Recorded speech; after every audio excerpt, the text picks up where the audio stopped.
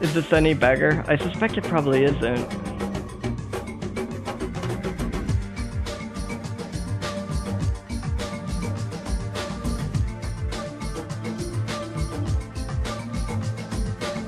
How is the audio currently?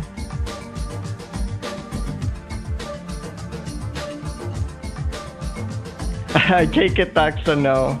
Ah, jeez. Okay, I have a last resort. Which is just switching to the laptop mic. Yeah, that was intentional. That was just me restarting OBS. So I should make it more clear that the stream would drop.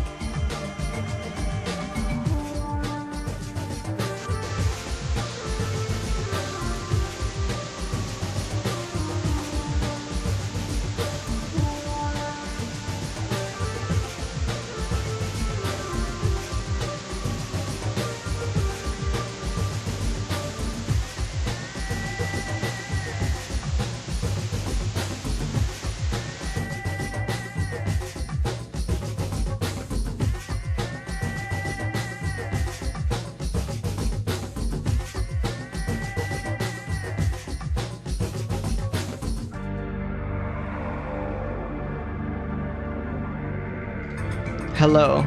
Is this any beggar? I suspect it's not. Wait, the sky get cleared up for real?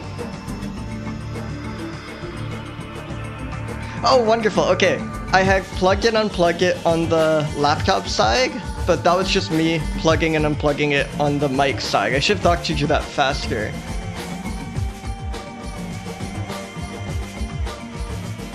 Oh, wonderful. So sorry about that, but I'm so glad it worked out. I was convinced I would just have shitty audio for the whole stream. But as I was saying, and I feel it seems like more people are here, so let me just shout out Crocidura again, because I'm so happy about this model. Unfortunately, in like 5 minutes, I already snoozed it once. I guess I could snooze it again, but I don't like... Oh, I'm only allowed to shout out Crocidura once per hour. Well, Crocidura is here. Follow Crocidura if you aren't already. They made this model. I think it's incredible. I love the colors so much. I'm very happy with it. And yeah, I wanted to tell the fun story. Maybe I have just enough time before I'm forced to run another ag break because the ag manager is like that.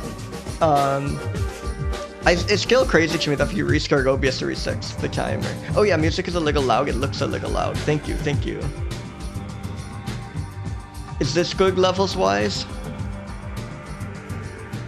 But yeah, welcome everyone. I'm so glad you're all here. Thank you so much. And yeah, I want to say about my model. So like, before I even decided or even considered starting to stream on Crocidura streams, which are always wonderful, they had a redeem to like do a drawing. And I asked for a drawing of a smiling jellyfish, and I got exactly what I asked for, and it's a very cute smiling jellyfish. So I asked if I could use it as like my profile picture everywhere.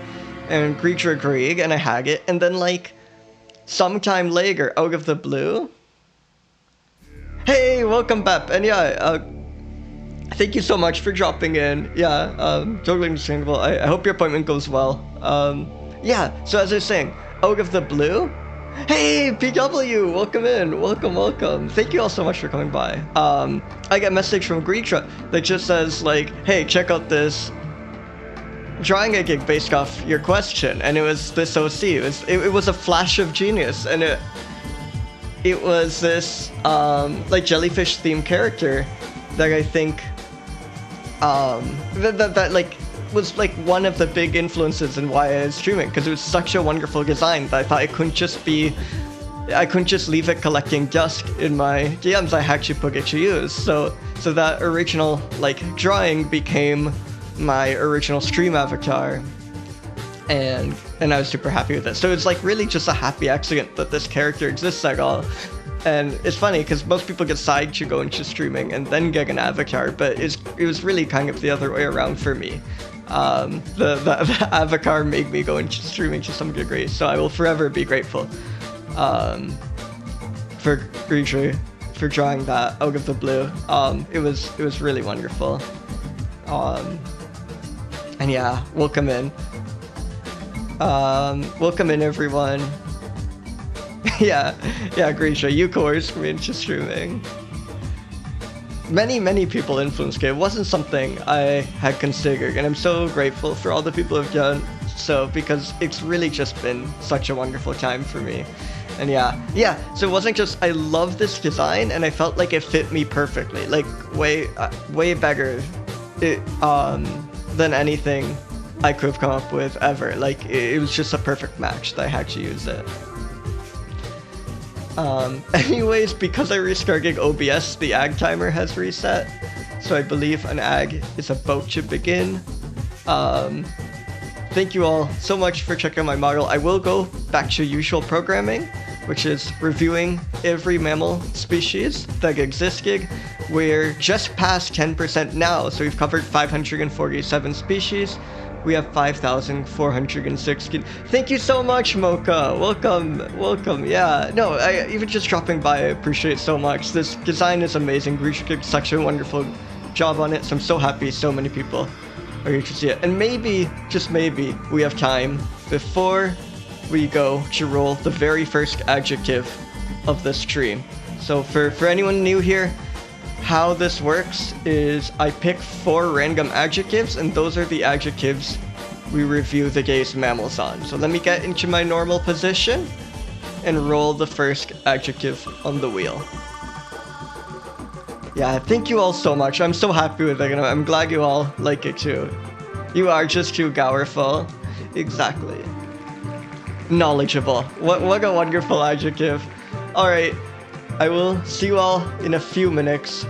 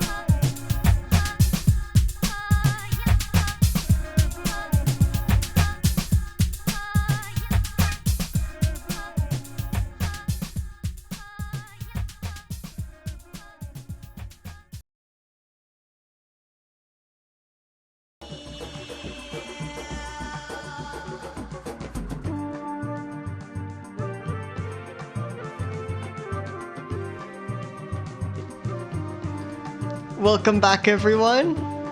Hey, welcome, Cryonic Q. Welcome, welcome. And also welcome Sheriff Ram. And also welcome Angie. And also welcome to anyone else I forgot to welcome in. Thank you all so much for coming by. Yeah. And thank you so much to the anonymous gifter for gifting 6 months to Greetra. If anyone deserves that, absolutely Greetra. Just yeah, welcome in myself. No, welcome Young Station. Also welcome Stream Elements. Also welcome the like weird pop picking version of me that Sammy uses to post all its commands. Yeah, 6 months, right? He's incredibly generous. Really, thank you so much. Welcome Valorant just in case. But yeah. Thank you so much. And thank you everyone who's dropped by at any point. It really means so much having a community. So yeah, let's continue rolling adjectives. That was knowledgeable. Welcome Arugi. I hope I welcomed you already, but welcome in regardless.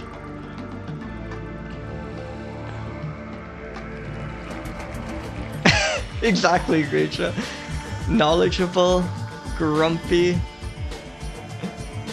That good combo. I already feel orangutan. Many of the gray apes will score highly in both knowledgeable and grumpy.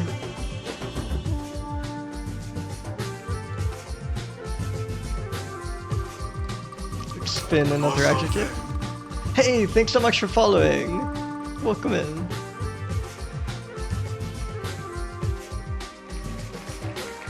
Thin.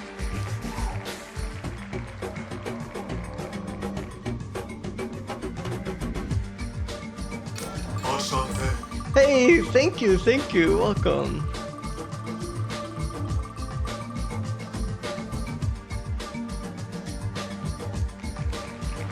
Isn't it? Greetra did such a good job. Once again, if you aren't already, please follow. Please follow Greetra. They do wonderful streams as well. They're very entertaining. And tired. I like having grumpy and tired as two adjectives we rolled. Tired mammal. Sloth could score. Well, I don't know. Are sloths grumpy?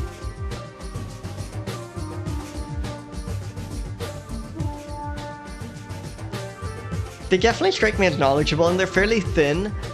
But I think sloths are kind of like serene. They're too like relaxed and easy going to be grumpy, but they're definitely maxing out tiredness.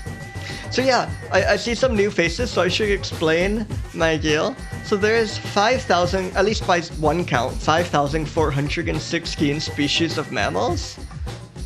And I'm gonna try and review all of them. Every stream, I roll a set of 4 adjectives. You can add a new adjective to the pool of possible rolls with channel points or with a $5 donation to iNaturalist.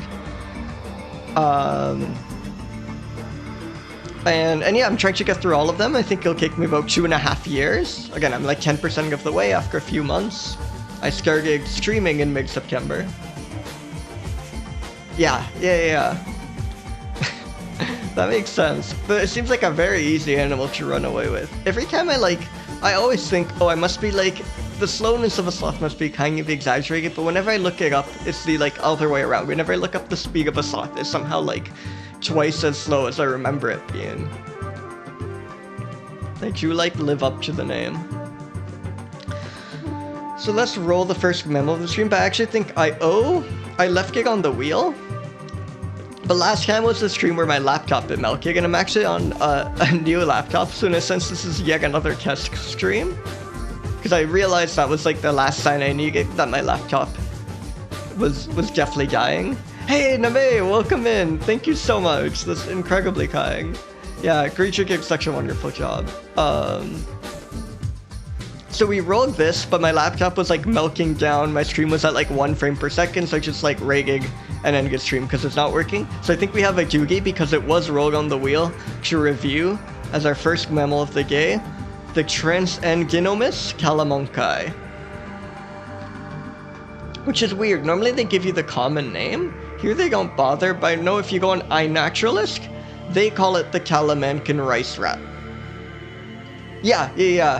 I feel very... And it was partly your comment, actually, that made me realize, hold on a second, if I think back to everything that's happened over the last few months, this is not the first warning sign. And, you know, I could probably squeeze another few months out of that laptop, but it's... something bad is coming, and I don't want it to take me by surprise. So this is the species name, and yes, this is a very cute mouse. I love those beady eyes. I love those big round ears. I love that like hazelnut coloration it's got to it.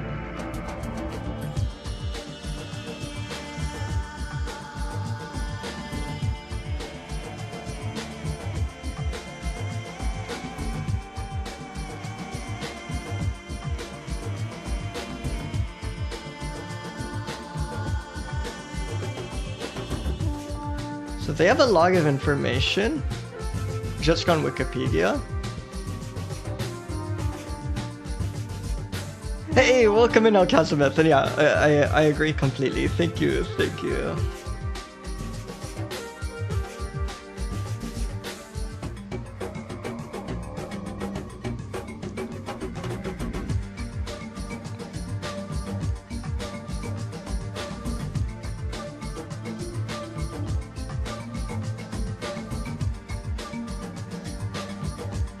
Low brain case.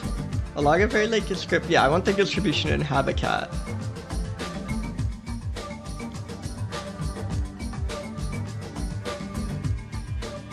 Up to 1500.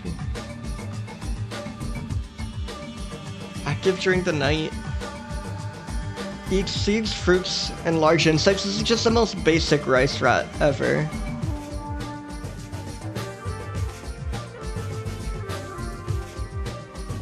Yes, I love these units that some of these articles invent. Like rice racks per hectare, or rice racks per acre. It's just such a wonderful unit to be dealing in.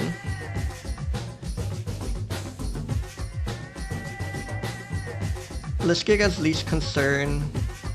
It's a really long article, but nothing really jumps out at me. Except for the like question of why someone, like, trust me, most animals like this have like half a paragraph. So I don't know why someone was so devoted to this one rice rat that they got it to feature articles, guys. I think that's the real question. I think I'm really curious. Like, someone must have just decided it's their life passion to collect all the information about this rice rat and present it in the nicest way possible. It doesn't seem like particularly notable in any way, which is wonderful. I feel that person like gets it. I feel that person and I have some like weird deep bond of spending way too much time thinking about mammals like this.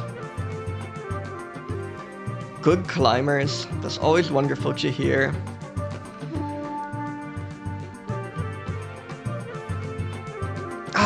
I love these descriptions of habitats. Areas of dense undergrowth and around fallen logs. Every like rodent lives in such a whimsical land. I think we have enough.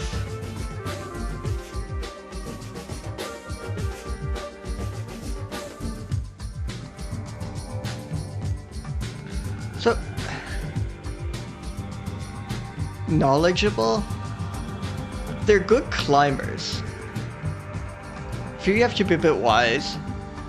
And they like seem to live in the ancient, like dense undergrowth, near forest, fallen logs. I think these kind of live in places, you know, that if you met someone living in the dense undergrowth near a fallen log, you'd assume they know the forest's secrets, right?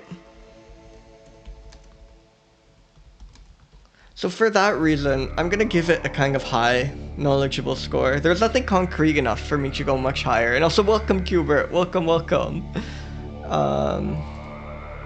And Grumpy, it looks quite happy.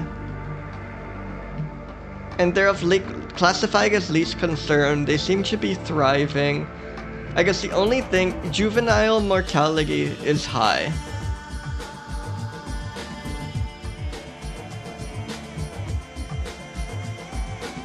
I think overall they still strike me as not particularly grumpy creatures. They just look so bright and eager. So I'm thinking like 92 maybe?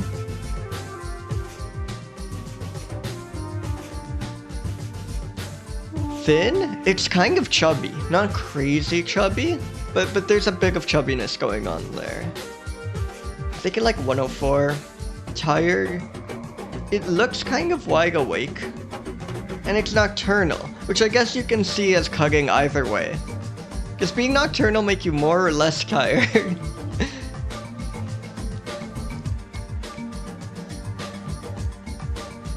It strikes me as an energetic thing, but like, it's kind of symmetrical. There's just as much of a case to be made for nocturnal bringing up or down the tired score. But I choose just on a vibes basis to count it in favor of, I guess, in favor of it being awake, so against it being tired.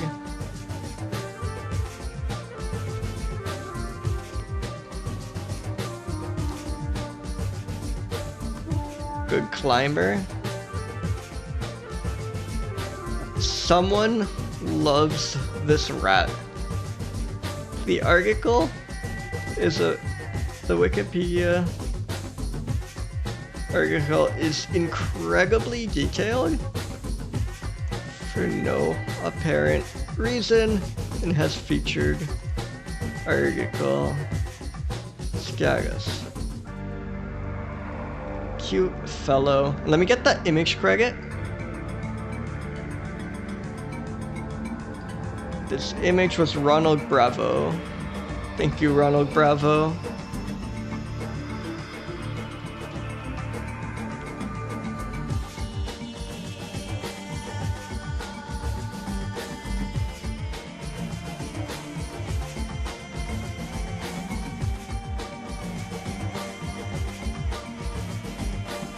Now let's spin our next mammal.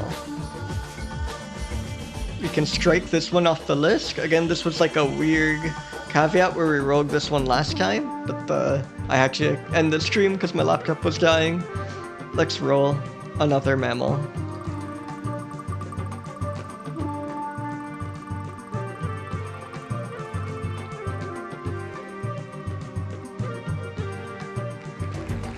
Bunomys. Should be another rodent. MYS almost always is a rodent. The long-headed hill rat. Great name. I'm very excited to see the long-headed hill rat if possible.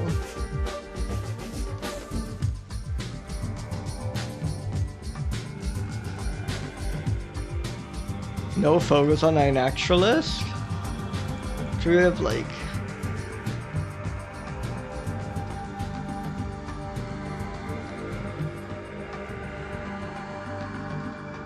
What's going on here? I think that's a prank. Yeah, that's a trick. That's probably just from one of these links or something.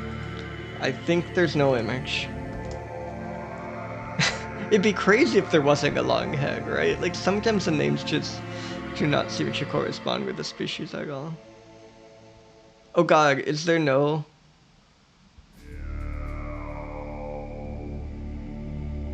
I think there's no illustration.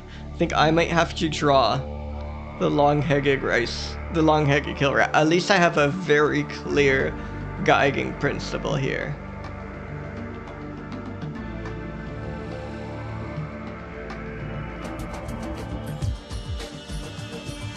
Probably terrestrial and nocturnal, although one specimen was caught during the day. So it was out and about while it was supposed to be sleeping. Definitely points to a low tired score. Very mossy montane forest formations at reasonably high elevations.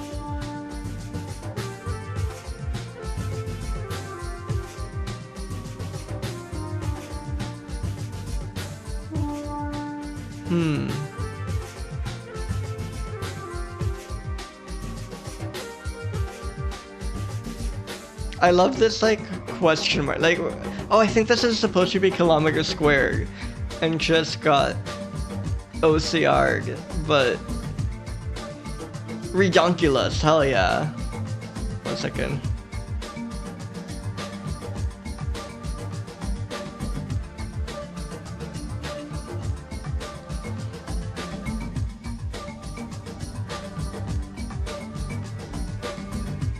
There we go. Excellent negation. And Spoony, hell yeah.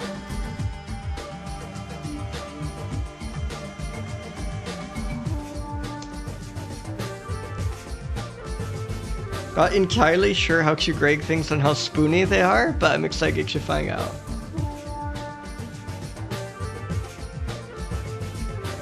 Probably has a similar guide to the common hill rat. Okay, what color is it? Very robust boggy, long-faced, as we were promised, long, dense, soft pelage.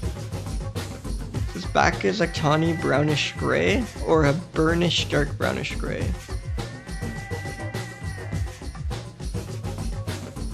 Ventris is not distinctly demarcated from dorsum. Slightly lighter buffy gray.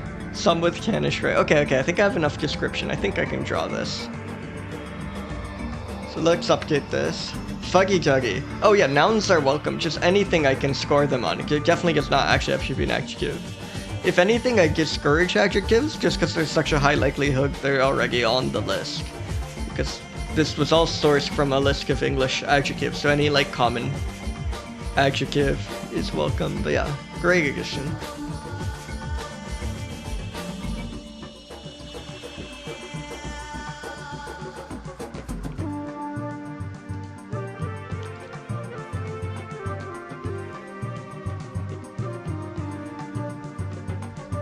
So this species was Bunomys, right? Yes. Commonly known as the long-headed hill rat.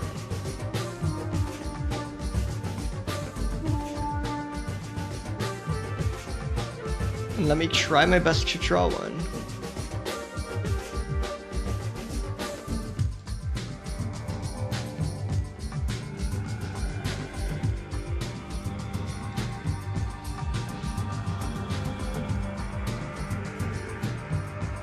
There we go.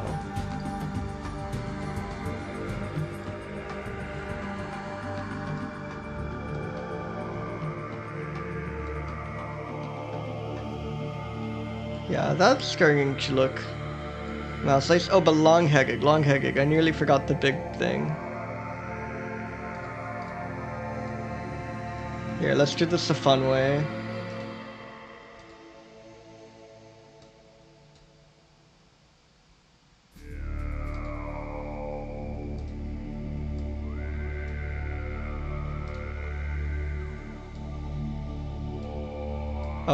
Oh yeah. Beautiful.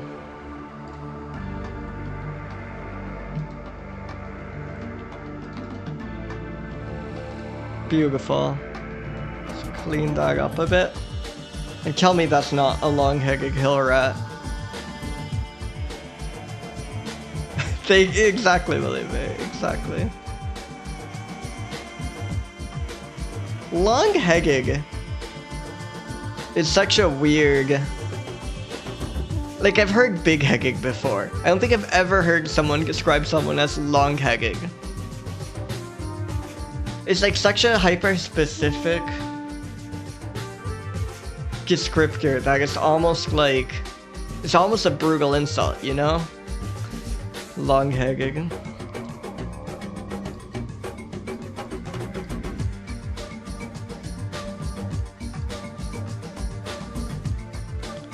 Is it knowledgeable? I mean, it has a long head, right? What more could you ask for? It's gotta be a ton of brain living inside there. Grumpy? I mean, it's given such a mean name. I can imagine that would make it rather grumpy.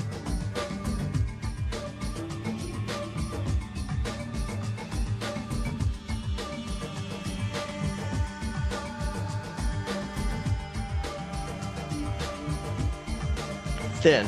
Now this might actually come up in the description. Robust spagig makes me very robust spagig, and medium size makes me think this thing is not thin. It's very robust spagig, like 56. And again, it's nocturnal, but one specimen was caught during the day, so that definitely. Oh, you found specimen skull pictures? Feel free to link them. I'd love to see that. So probably not very tired.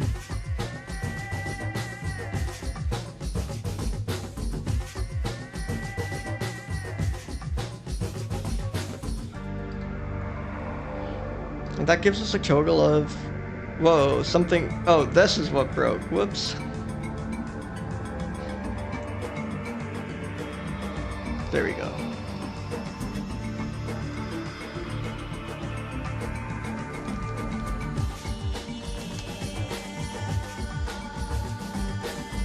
Yeah, long-headed is kind of a brutal gig.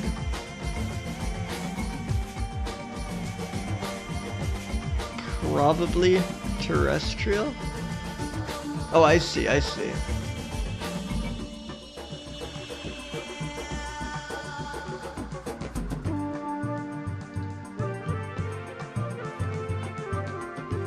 We're looking for Bunomys prolatus. There you go. I mean, that does look quite long-headed. I'm feeling good about my drawing. Right there. Thank you, excellent find.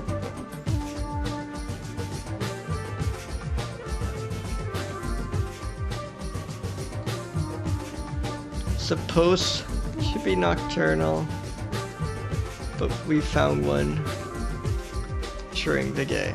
I think that's good. Hey, welcome Tengu Gemini, welcome, welcome.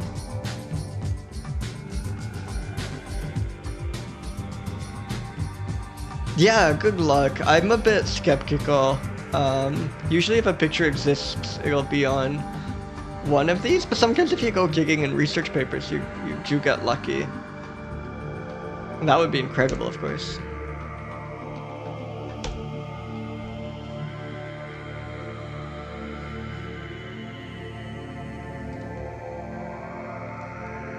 Let's spin another mammal. I know, it's weird. It's very weird. I think some of these were like first described in 1911, so they don't have any better options. Sometimes we won't find a live specimen, we'll only find like remains. But I think that doesn't cover everything. I think there are. Hell yeah, how IGM it is? I love that. What's the most IGM creature?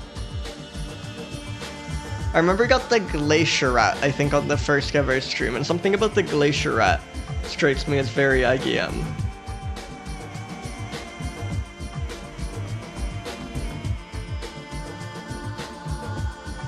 But yeah, it is very weird that we don't have like a nice photo of every species caught since 1970.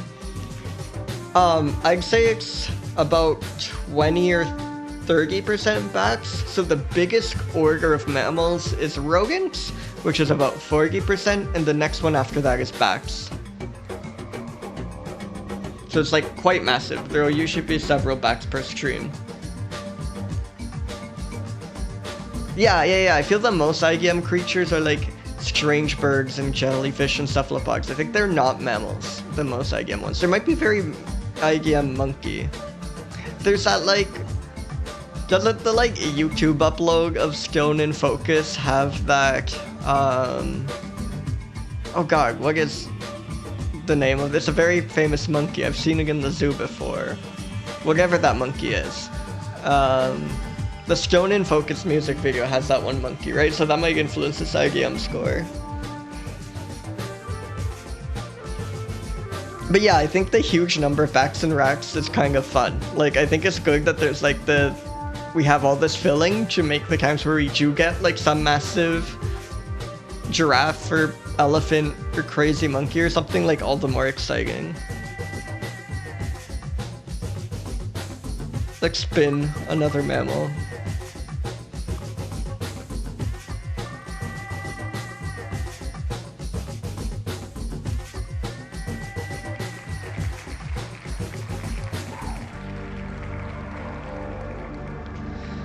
Urogale. I feel I've had Urogale before. I do not remember what it was. Yes, it's a tree shrew. Hell yeah. So tree shrews are sort of our relatives. So, you know, we're apes. So obviously our closest relatives are the chimps, right? And then the next closest is gorillas. And then the next closest is orangutans. And then the next closest... Yes, I'll get you the counter. Good point. Sorry, I just got so excited to give my tree shrew speech. But that is critically important. Let's get that out of the way.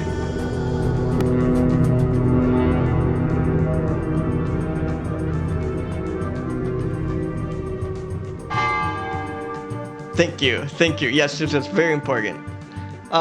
So our closest relatives, so like I was saying, you know, we're apes, and then we're gray apes even, then we have the lesser apes, and then we have like old world monkeys, where apes are old world monkeys, and then we have like monkeys in general, and then we have primates in general.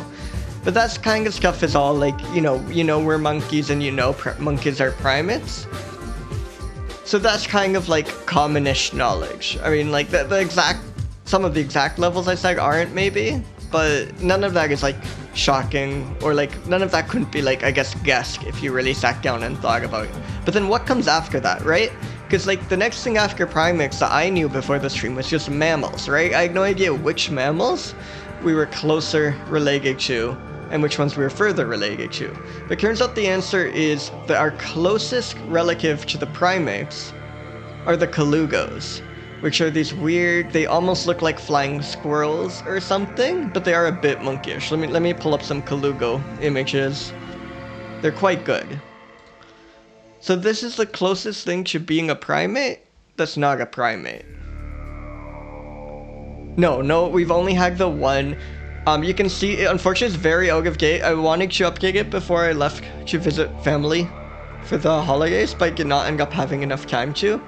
But you can see some of the past mammals to just get an idea of what we've documented. But yeah, we've had like one armadillo, I believe, and no others in Arthra. But yeah, colugos rule. They're the closest thing to being a primate that's not a primate. But then the next closest thing to being a primate, the next closest relative of the primates, are the tree shrews. Tree shrews are neat. They really do look shrew-like, though that's just convergent evolution. They're quite distantly related to shrews in actuality. What does this creature listen to? Harsh noise. I think the tree shrews listen to harsh noise. Yeah, convergent evolution is crazy. I recently learned that like 2-toed and 3-toed sloths, their like last common ancestor was some like crazy ground sloth that looked nothing like them. So if you look at these guys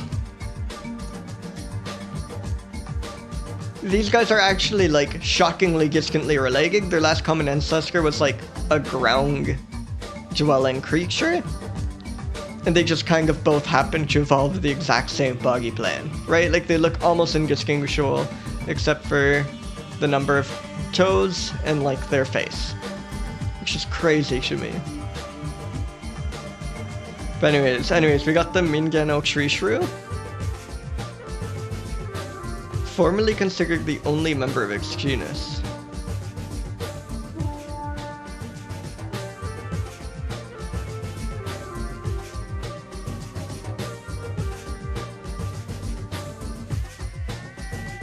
It is the heaviest tree shrew, and it is terrestrial, which is very funny, given that it's called a tree shrew. So it's a tree shrew that doesn't live in trees.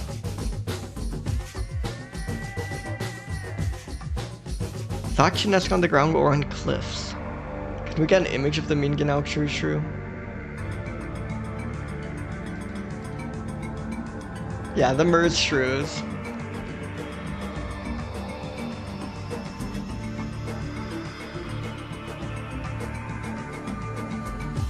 Let me drop the species name in here. Let's see if we can get an image. Oh yes, wonderful.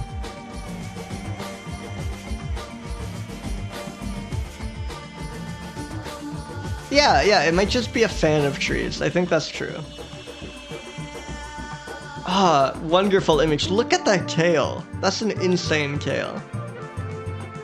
This thing actually looks quite sizable. Like, I'm used to shrews being so tiny. This thing is actually decently big.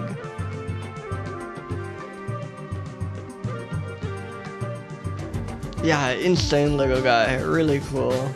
Really crazy. It just doesn't look like any familiar creature, right? Like, you see that scurrying around the floor, what you even call that thing, right? It's like clearly not a rat or a mouse. It's like really its own thing. Insane snout. Really good tail.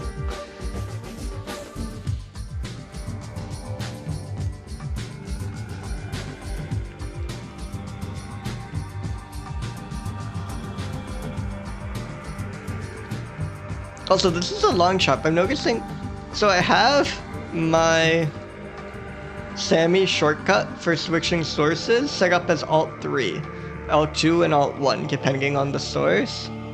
But when I do that, it types in a 3, which is bizarre, because on every other computer I've streamed with, holding down Alt like suppresses text input on GIMP. So if I press Alt-2 while in a text box, it doesn't actually type in a 2. And this has been tripping me up, but I have like no idea how I would change that or where the problem would even be or why the hell it's happening now when it's never happened before. So if anyone has any clue on what to do about that, that would be great, but it's just bizarre. I wonder if it's like a GIMP update, because I definitely don't keep GIMP up to date. Yeah, I think they could be into the Giorogurigigege. They could definitely be a Japanoids fan. Though this one seems a lot more tame than the other one. I was mostly going off the screaming ones when I said that.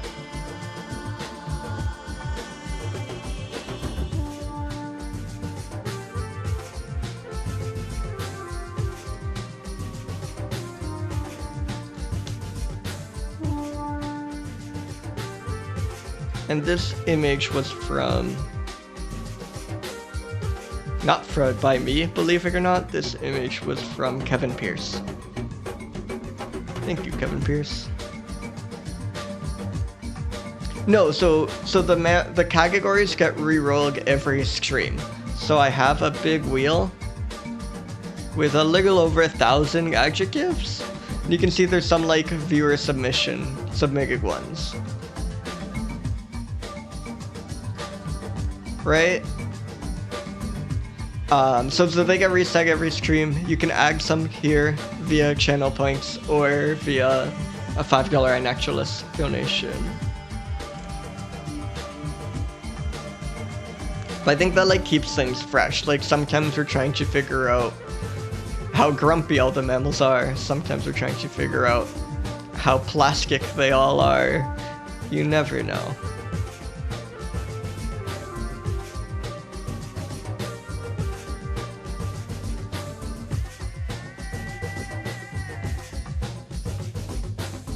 I love when you knock out the biggest or the smallest or something of that. Like, it's cool knowing every tree shrew I get from now on will be smaller than this tree shrew.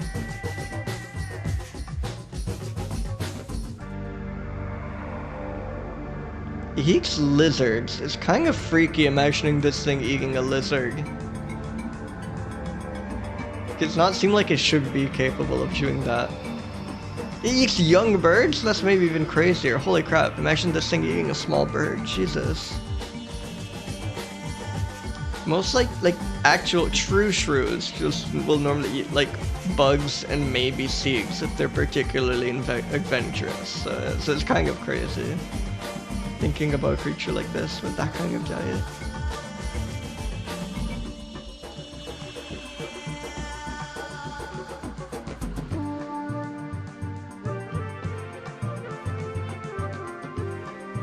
Found on the ground and up trees. We were lied to.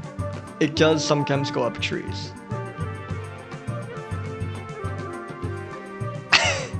It's a terrifying emo. Also, thank you for the Gigantify. I keep forgetting that that costs money. Thank you.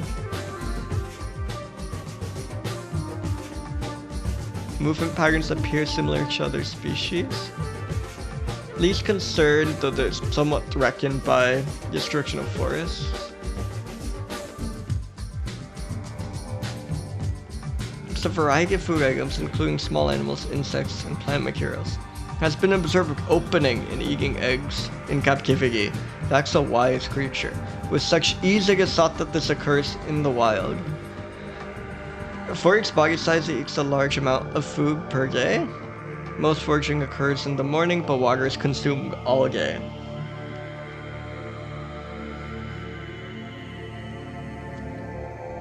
Brush along riverbanks. Wonderful.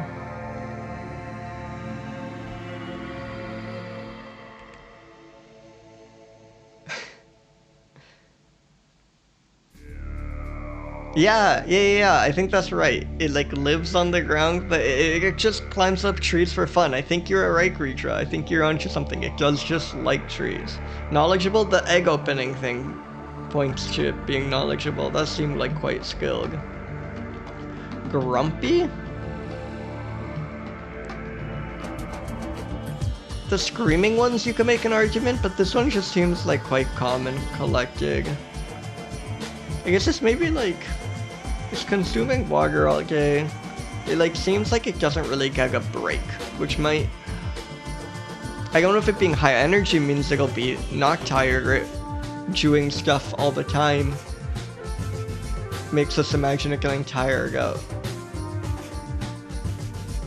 God, I don't know. I think this thing isn't grumpy, just doesn't look grumpy.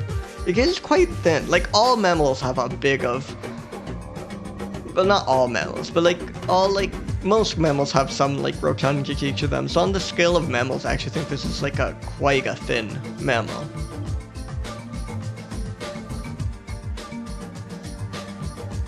Like, especially those, like, arms and legs.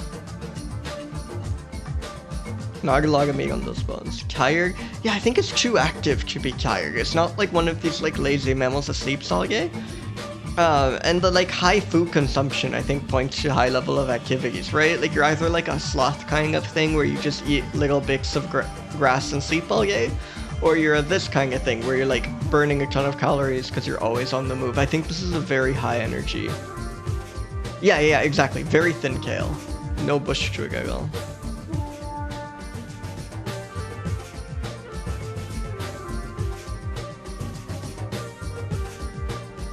Tree shrew.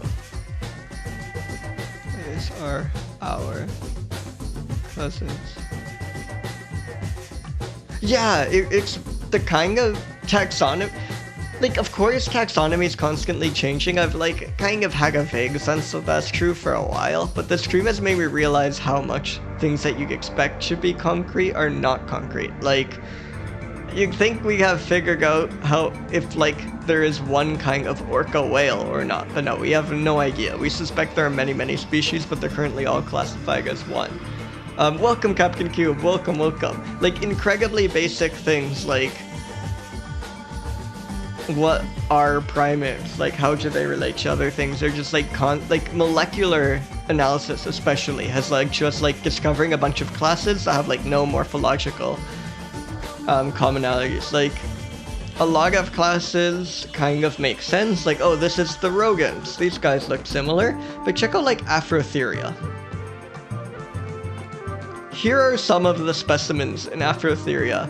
Could you point me, like, does anyone see the pattern? Can anyone predict what's next? This is like a taxonomic class of animals that we had no idea existed until molecular analysis, until we just found that these just share a shocking amount of DNA in common. Yeah. So like, taxonomically, there's a case to be made that apes are monkeys.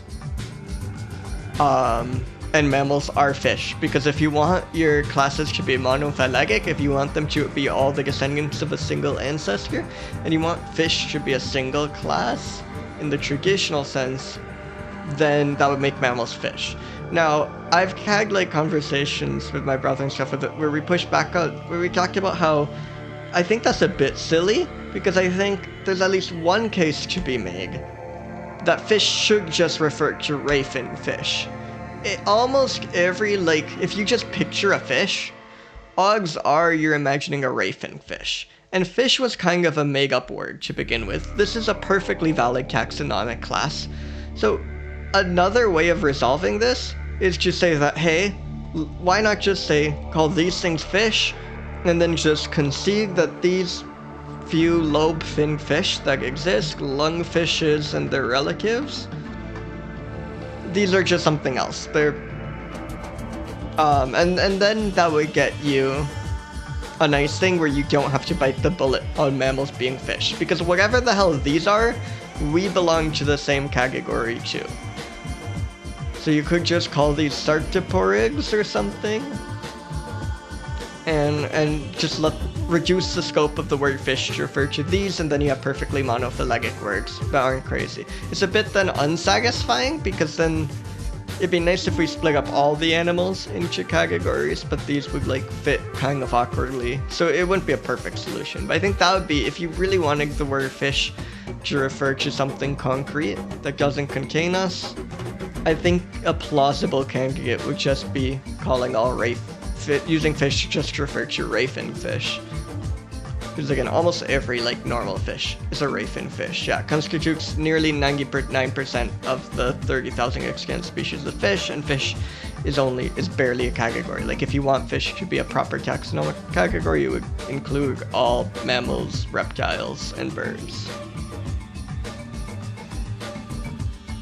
Or you could just bite the bullet and accept that all mammals, reptiles, and birds are lobe-fin fish.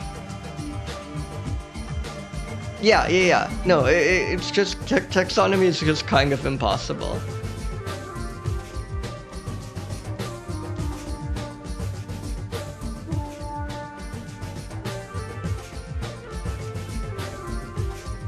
What was the other crazy thing DZ ate?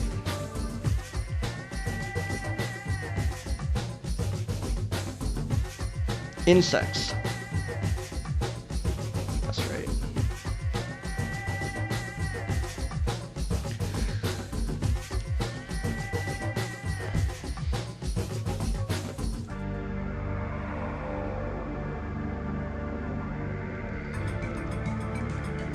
Oh yeah, the largest one.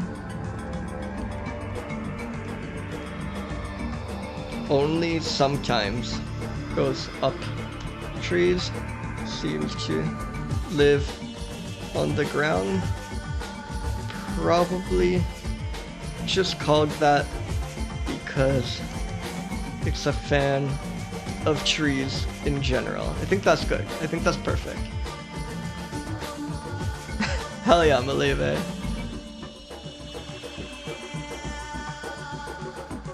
Alright, let's spin another mammal.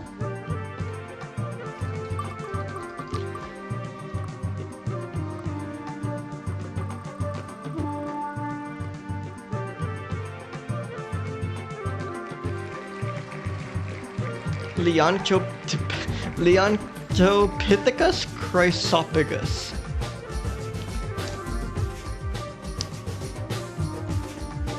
No read on what this could be. I have a feeling it's not going to be cow or something. That's way too long of a name. Holy crap, no, it's good. Wait, there are other lion camerons? This is a black lion cameron?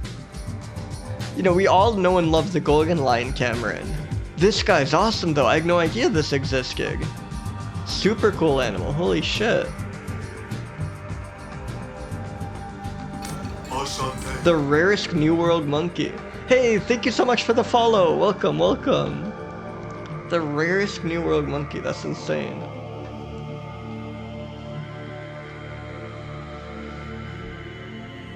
Almost exclusively in one skate park. It was thought to be extinct for 65 years until its rediscovery in 1970. Weighs less than a kilogram. This thing is tiny. I know camerons are tiny in general. Hey, welcome in, Valence. Thank you, thank you.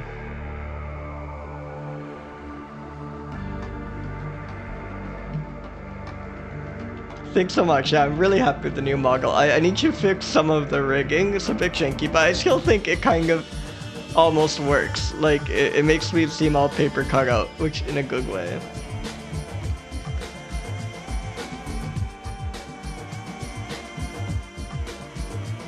Oh, this is so good. I'm so happy. I love when... Oh, sorry, I think I'm clipping there. 1 second. Oh yeah, I turned off a bunch of my audio filters thinking they might have been the problem at the beginning.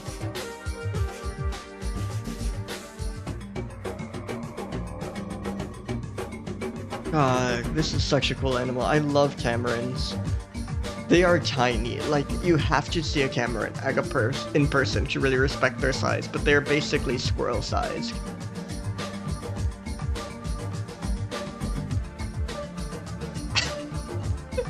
Exactly.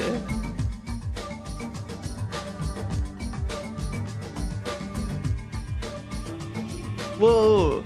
They've started, so like, Cameron classification is like complicated, and they've started using their cries the way they use bird songs for taxonomy.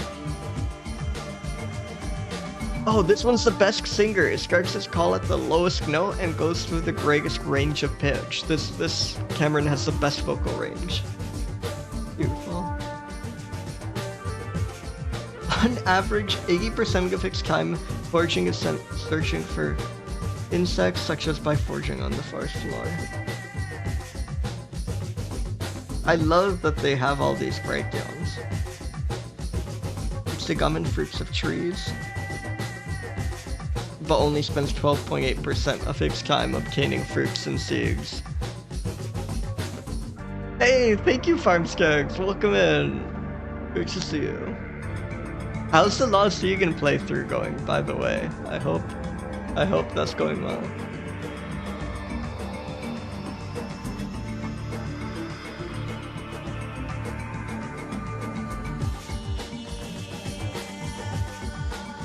Food sharing. Yes! During the first few months after birth, the infant rides on the parent's back and receives food from its parents. Oh, hell yeah. I have to play that game. All my music comes from the game Lost Keegan. But I've yet to play it.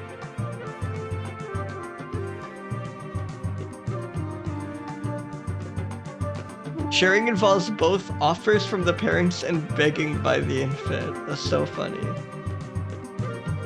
Especially insects. This is really cool. They know this much about the food sharing patterns.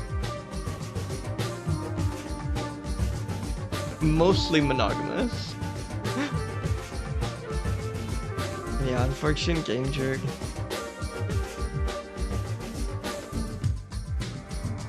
But it's so nice to know these exist, given that we thought they were extinct for the long time. And it does seem like they at least live inside a skate park, so they might be offered some amount of protection via that, we can hope. Yeah. It does seem like they are in a protected area. Wait, I had no idea. That's awesome. That's so funny. I know the song is called Amazonia, and somehow I always imagine the river or the forest, but maybe they're going for something else with that.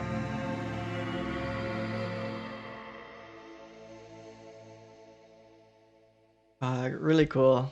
This photo is excellent. Oh, they're at Bristol Zoo, so... Anyone near there, please check out the Black Lion Cameron.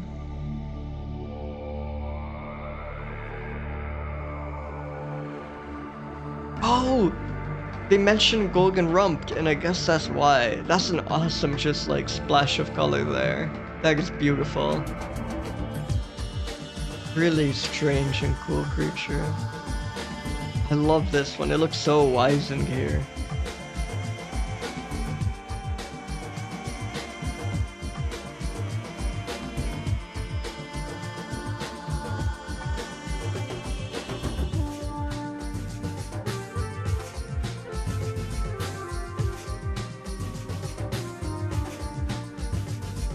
This image is from Gabriel Light.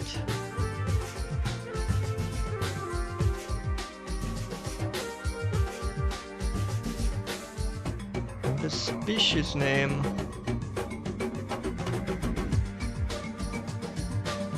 The extremely long one.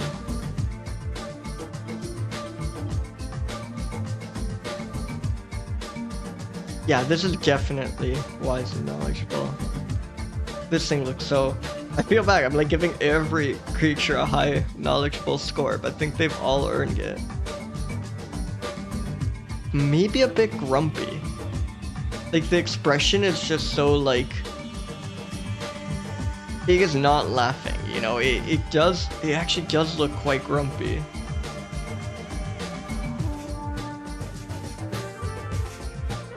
Yeah, I think this is the grumpy creature.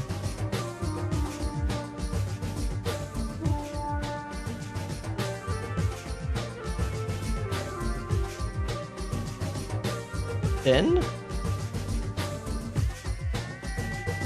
It's hard to tell because of the fur.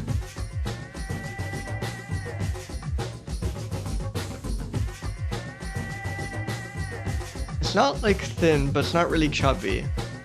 And yeah, excellent work, Greenshaw. Thank you again. This is just kind of average in that regard.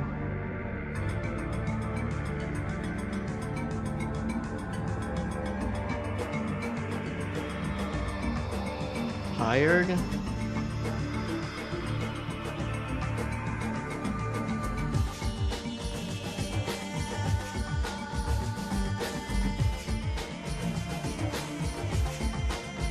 It.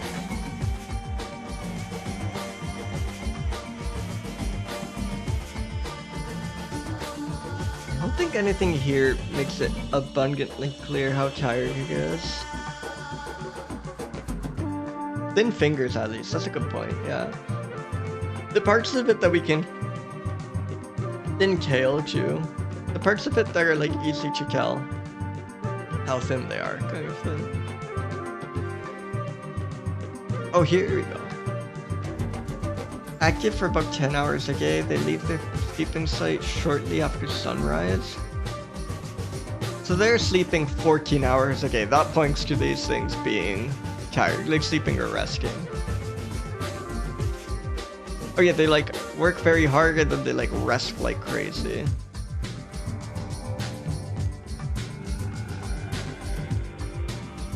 There's all this mention of their sleeping sites. I think these are tired. Like these things seem to just constantly, yeah. Sleep quite a lot at least.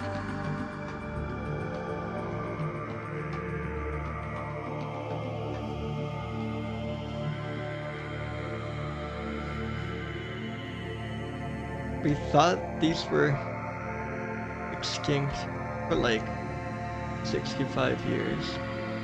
Tamarins rule. Weighs less than a kilogram.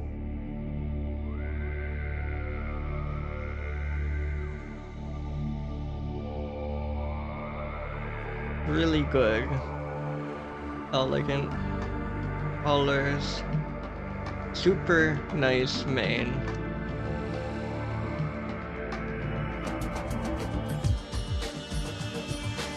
The best singers among tamarins. I think that's good. I think that's good for the black-line tamarin. It looks like an Agaza poacher skirt. So I will take here another quick break. This one might be a bit longer. I kind of want to grab some more food and maybe... So yeah. I will be back in a few minutes. See you soon.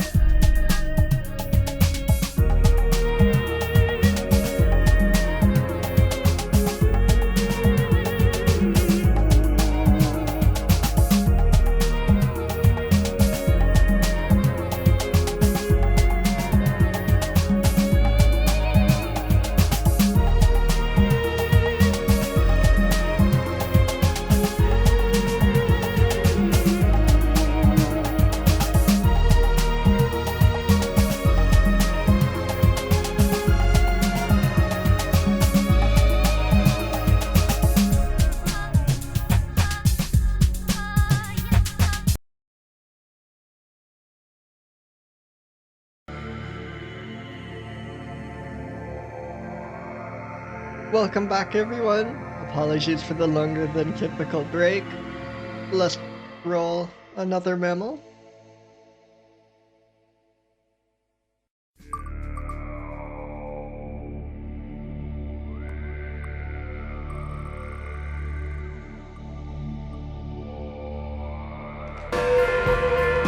Venomy, thank you so much for resubscribing. Thank you so much.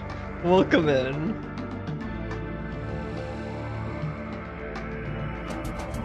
Petaurillus? Hosei. Unnamed.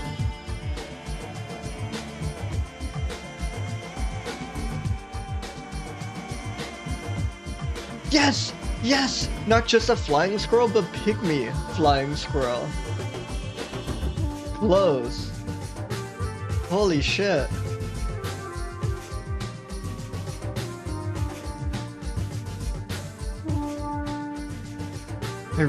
We better get images of this. I want an image of this so badly. Yes! Oh wait, I think this is tiny.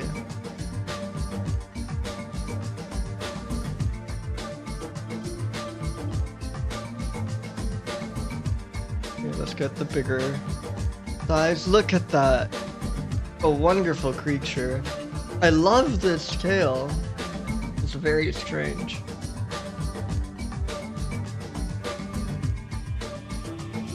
Really good. I like flying squirrels don't even have to be extra cute, right? Hey, welcome in, Tomago. Welcome. Like, it's already so cool to have a squirrel that flies. It's kind of unfair how they also get to be like extra cute and like, I don't know, kind of like gerbilesque.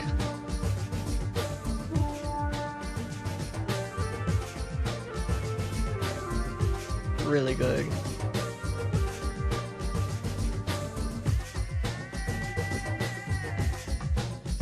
Oh wait, there seems to be some... Wait, cause this is Komodomys sotus. But I guess that's... Is that a synonym? It's weird, cause it doesn't say an active taxon here.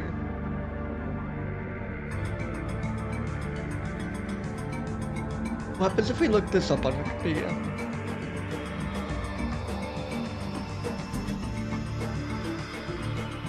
No, that's just a different flying squirrel. Why is this image ending up here? This is just a fully different species. Wait, what the hell? I wonder if it's like Miss Keg? Oh. Oh, I see what happened. Okay, there's controversy in the tiny flying squirrel world. This was originally identified as Hose's pygmy flying squirrel.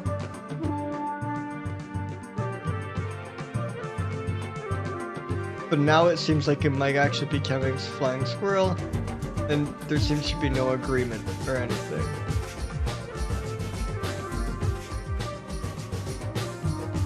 Bizarre. Like, this kind of thing happens all the time, but normally it won't appear on the page if they gig, but somehow this was still on the Hose's pygmy page, just like the featured image.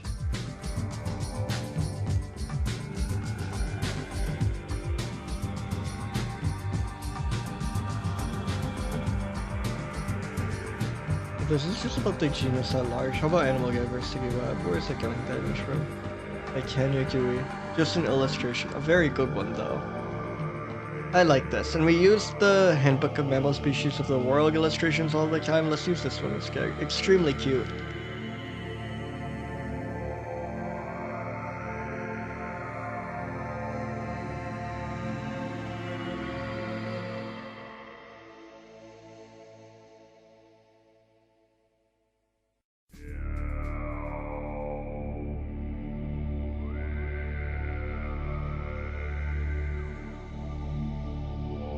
This is from...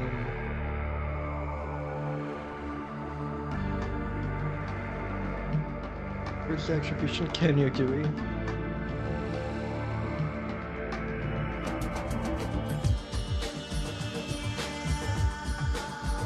Oh, wait, are we getting a live species ID?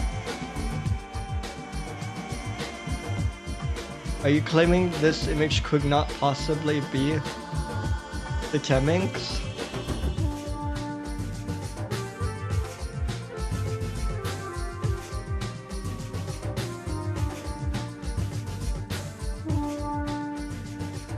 Or are you just saying that's like what differentiates?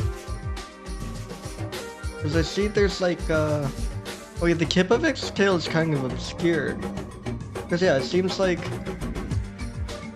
Hemming's flying squirrel, I think, does not have like the white tip on its tail, though it does also have a white underside to its tail.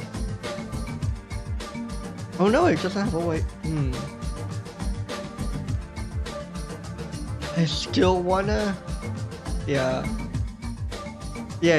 I think either way, if like the iNaturalist people can't species it, it'd be hard to like have enough confidence to not just use like this. I'm happy with this illustration, so I think I'll go with it, even though it is possible this other image is of the Hemming, is of either flying squirrel.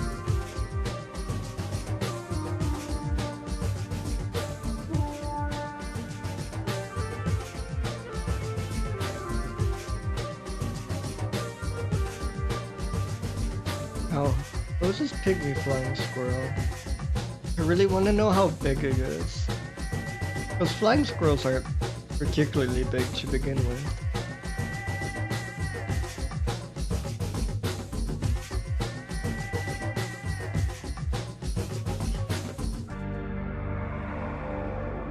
Big efficient population trends unknown.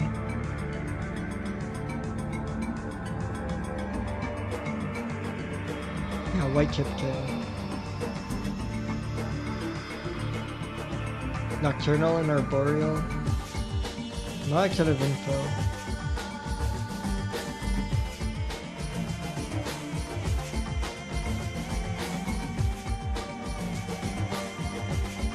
But yeah, Hegsha body length is like 8 centimeters. They are quite small.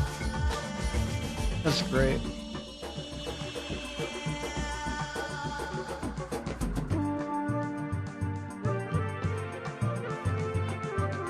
They know how to fly. Well, glide. I think, like all the other ones so far, those are knowledgeable.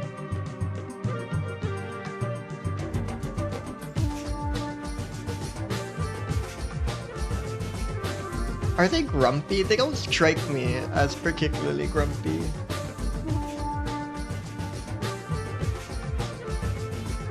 I don't know. Not kind of information. Even their conservation status is just getting efficient. I think gliding must be so joyous and fun. Like gliding from tree to tree. This thing can't possibly be grumpy. I think this thing's heart is full of whimsy. Thin?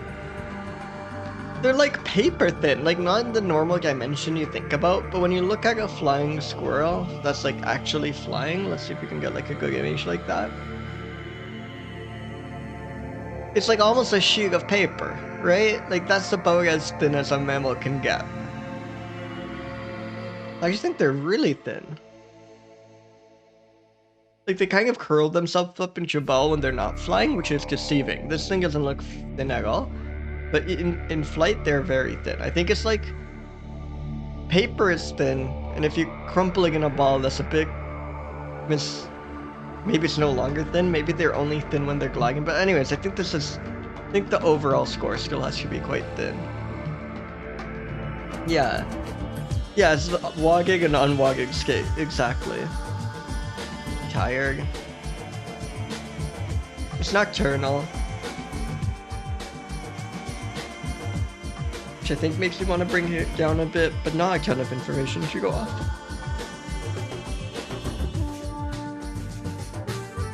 Crazy controversy Bonigi on the iNaturalist.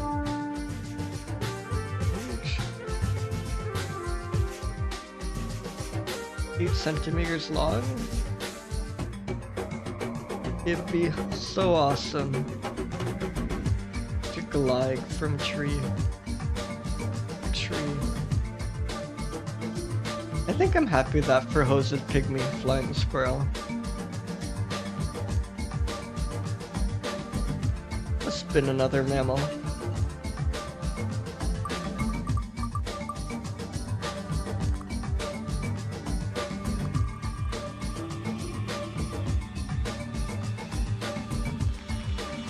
Komodomys. That throws you for a loop. Do you think they live on the island of Komodo by any chance? Or maybe it's just like the Komodo dragon-ish rat, you know?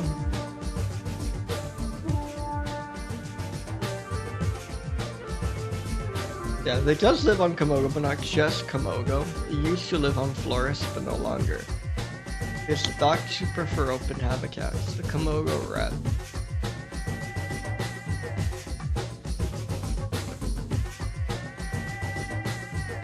Oh, that's good. It's a funny shape. It's a bit generic, but not a fan of that tail. That's like such a strange tail. It's interesting at least, but a bit creepy to me.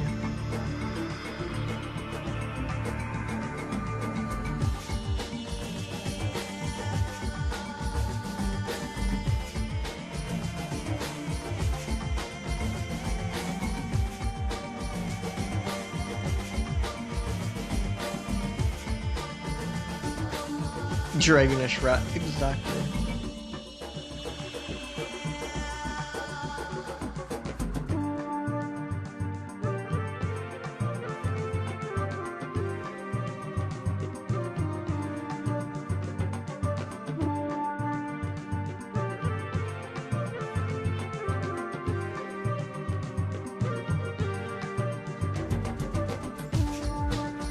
I wonder if there's any more information on these.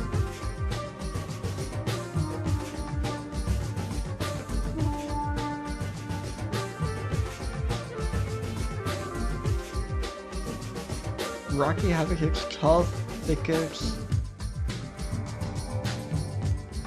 Seems to be abundant. Brazilian and adaptable, since the islands found in have been highly degraded.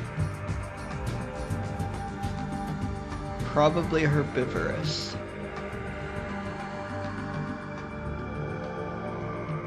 Not much to go off.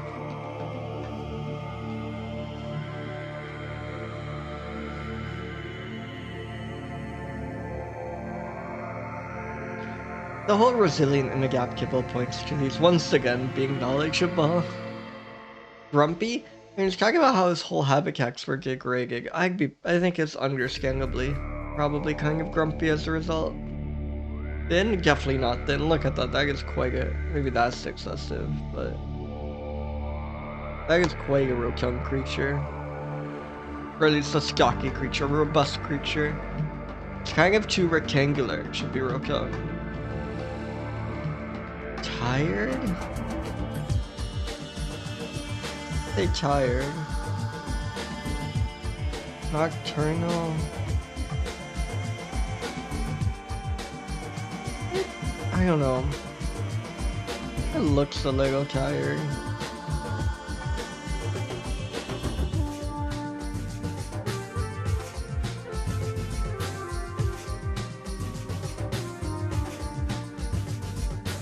Its home is messed up, but it's thriving.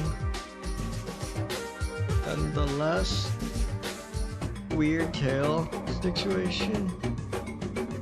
We don't really know anything about this guy. I should say doing fine. I think it was like vulnerable or something. Thriving might be a push.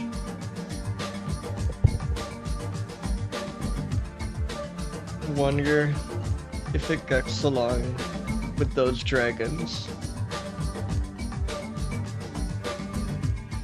Oh, I had some good candidates I had not heard of before this stream. For most alien. Oh, so just of ones we've rolled. Auger civet is incredibly strange. It's just something.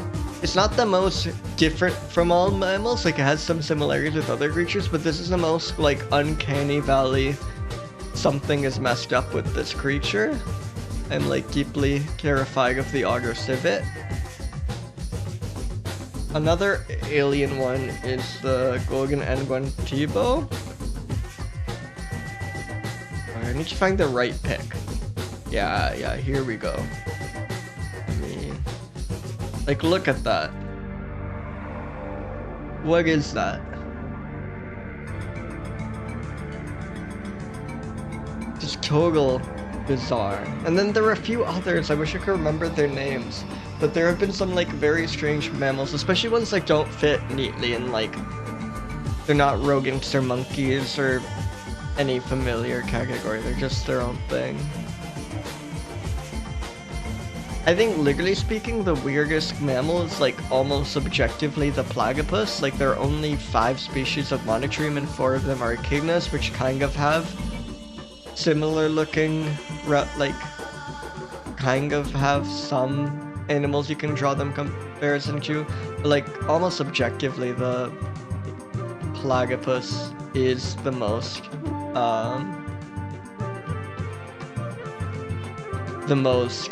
alien mammal, but it's just kind of, you know, become too famous for its own good.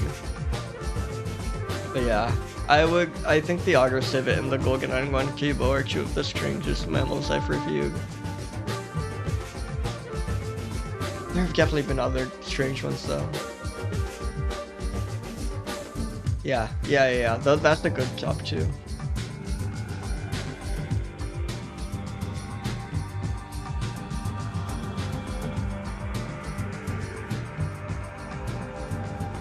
I think this is good for this creature.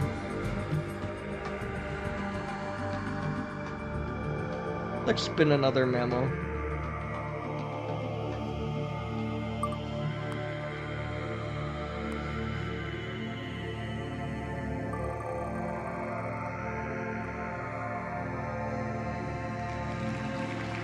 Chrotomys? Gonzalesi.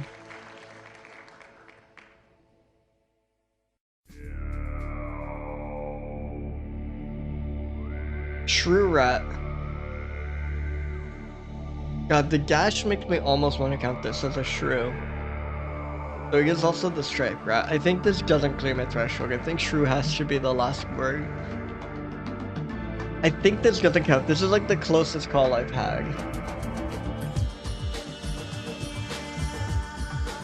Oh, hell yeah.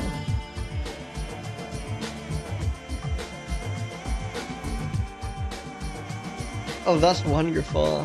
I think we need more platypus themed, like, serious monster designs. Platypuses, I mean, they are very goofy animals. I get why they always have. Yeah, we need a shrew rat counter. Like, they are goofy. I get why they're always portrayed as goofy, but I think the challenge of making a platypus some, like, serious creature would be quite exciting.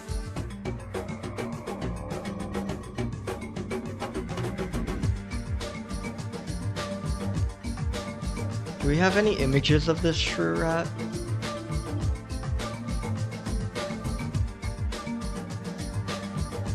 Nope. Good. An illustration on GBIF, perhaps?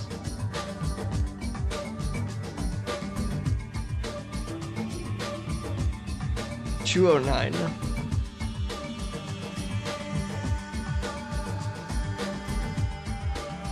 Oh, let me look back up. Yeah, I should be looking up. Sorry. I should be looking up these creatures. That is quite platypus coded, like that bill. Also like alligator too. And then you said Palumu. Oh, great creature. Yeah. Interesting tail.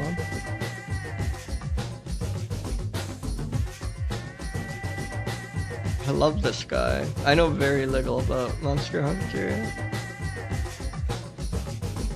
But I love watching people play. It looks like a cool game, and I love anything with like fun creature designs. Yeah. Some platypus snuck in there. Oh yes, look at this. I love the like banding on the top of this creature, like really nice stripe. Yeah. I'd love to see creature streams of Monster Hunter. Love to see all those creatures.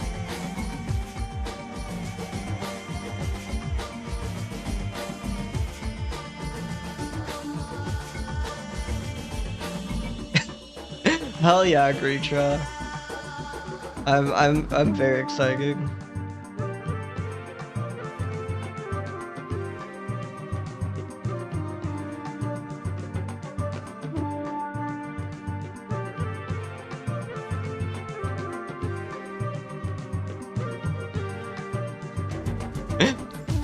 Yeah, but you don't need to be that's not what counts, right?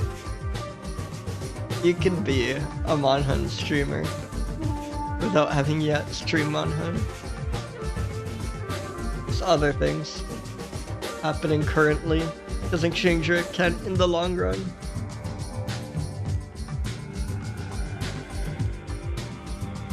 Also, Shrew Rat is a big of a stretch. This is just like, this is not, I'm not getting much shrew from this. Like, it has a big of a snout, I guess, but not much.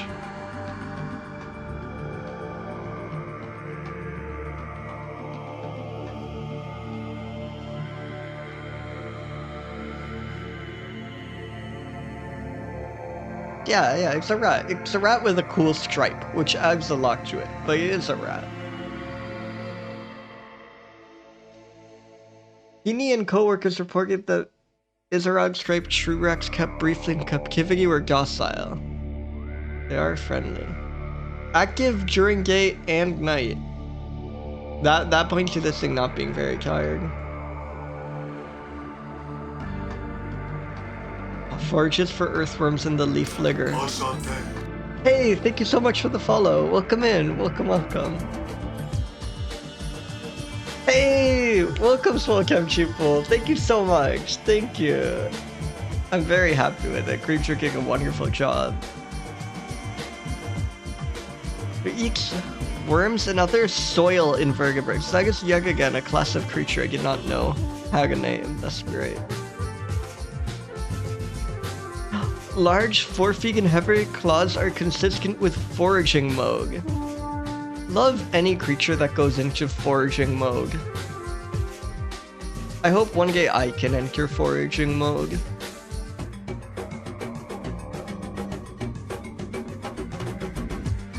Awesome creature.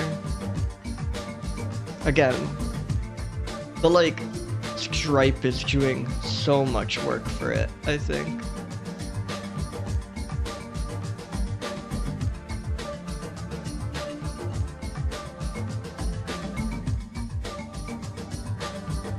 Knowledgeable? It's cool, but every other mammal so far has had something indicating it's knowledgeable. Here I'm not really getting anything. It seems to mostly dig in the dirt for bugs. Should be redeemed to get a snack. That's an idea.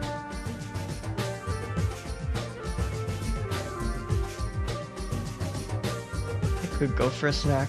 I might have a snack at the next break. Grumpy. This is grumpy. Oh, enter foraging mode. Oh, I see what you're saying. That should be, not there should be. Yeah, toggle foraging mode, and then it makes me get a snack. That would be a wonderful. Or that should be what I put on my BRB screen whenever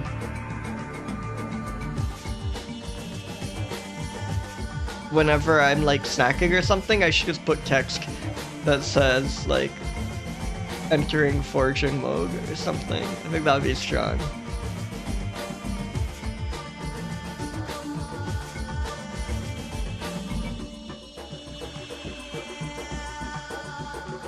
Grumpy? It doesn't strike me as grumpy. Seems to live a pretty good life. Yeah, this whole thing. Actually, we have, like, concrete confirmation that they are not grumpy.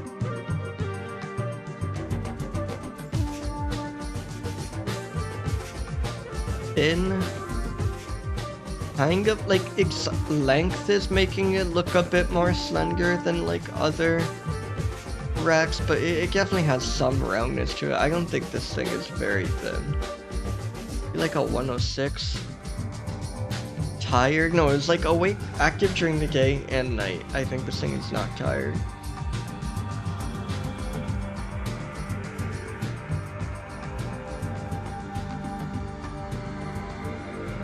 It's incredible how much a cool stripe can do for a rat's image. Docile.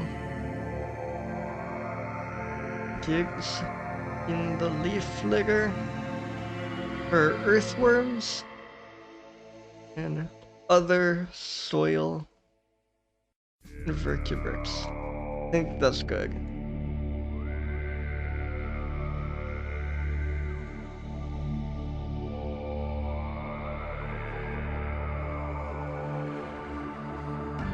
Spin another mammal.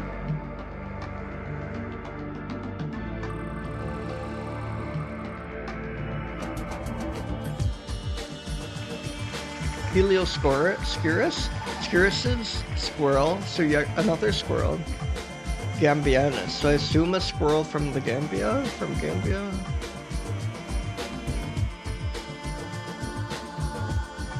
The Gambian sun squirrel. A sun squirrel is a lovely descriptive. I should have got off Heliosciurus. I did not know there were sun squirrels.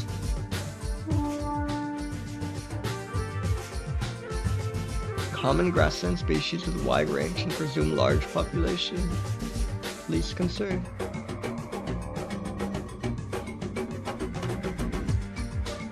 It is probably a species complex of several described species. Huh.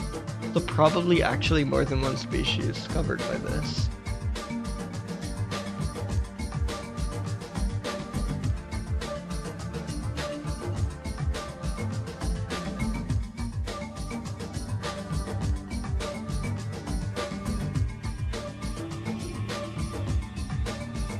Eating something here. Whoa. Big image. This photo is quite strong too.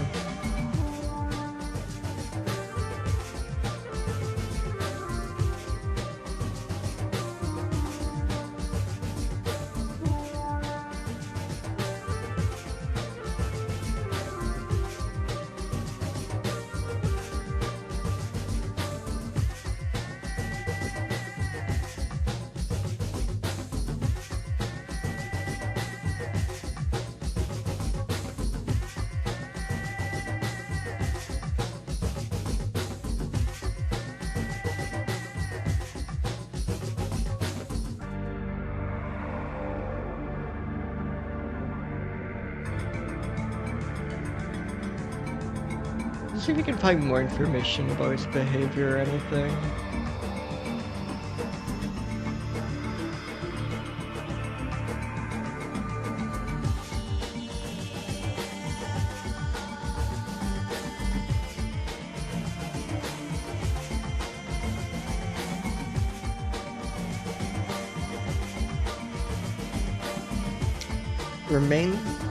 Emerges from the tree cavity early in the day and remains active until dusk. That's like early in the day until dusk. Okay, so that's like 12 hours or something. That's not that impressive.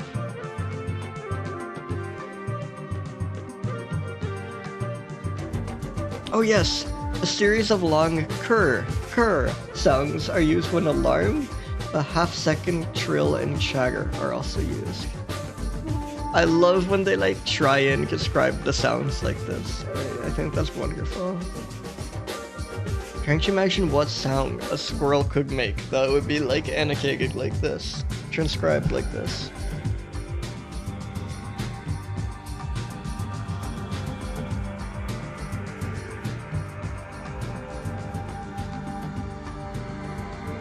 Opportunistic omnivore that feeds heavily on fruit, seeds, and acacia pods, but will also eat beagles, eggs, nestling birds, and lizards. Holy crap, this thing eats... Again, I've heard of it before, but it's freaky that so many squirrels will just eat young birds and lizards.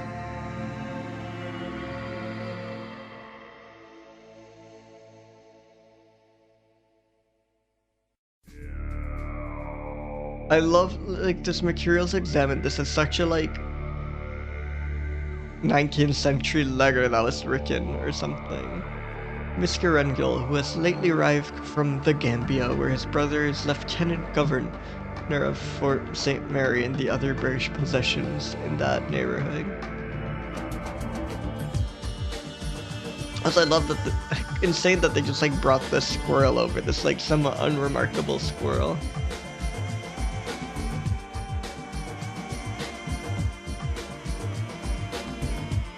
Knowledgeable.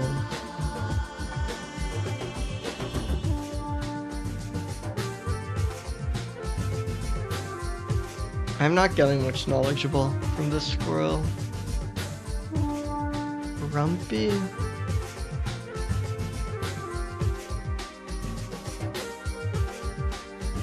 I feel a squirrel can be a little grumpy. He's kind of thin too. Tired? Like active 12 hours a day. Or quite active when it's active.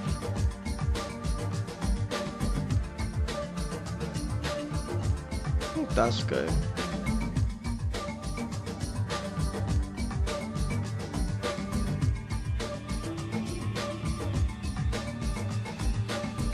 Let's get this quote exactly. Cur sounds are used when alarmed.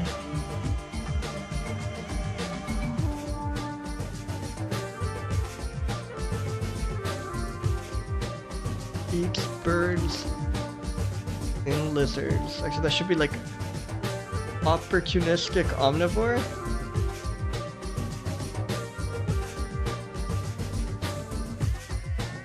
Oh yeah, you're a big fan of the Gambian sun squirrel. Also, welcome in, Luca. Welcome, welcome.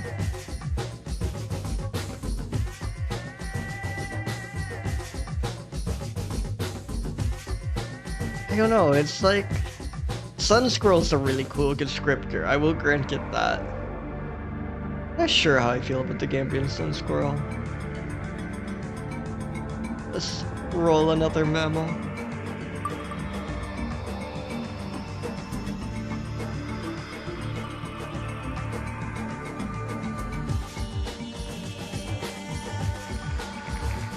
Mesoplodon peruvianus. Whoa. Holy shit! Oh, hell yeah. Oh, this thing's tiny. I love it. I guess it's not that tiny, but like for a whale. For a whale, this thing is tiny. One of the smallest Mesoplodons and one of the newest discoveries. There are at least 2 dozen sightings of an unknown beaked whale before the initial classification, formerly described in 1991. Yeah, it's a great line drawing. I love just the expression they drew this. I think this line drawing is gonna add to his grumpy score. Yeah, I want one too. I need a pygmy beaked whale. I'm so glad we have marine mammals. They're like rare enough that I forget that that's a possibility, that you could just roll a pygmy beaked whale. Yeah, pygmy whales are so good. I think I knew there were pygmy whales before now, but just the concept.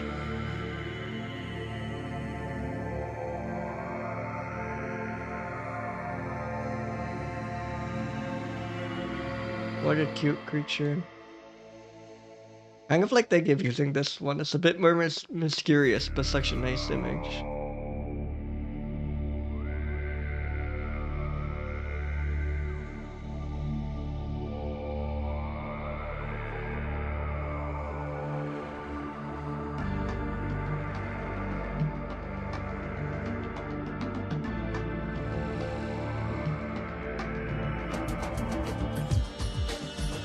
This image was from Sergio Martinez.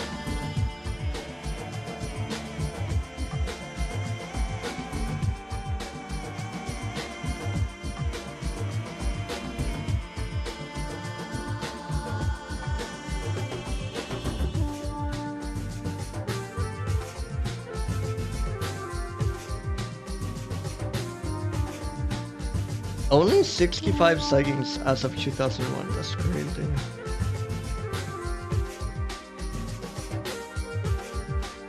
Whoa, like look at its normal range and then read that species washed up in New Zealand. That's kind of crazy. And in Monterey Bay. Very mysterious creature. At least one specimen is a fish eater as opposed to the squig normally eaten by the genus. Because by all that they're least concerned. I guess they just seem to have a pretty wide range.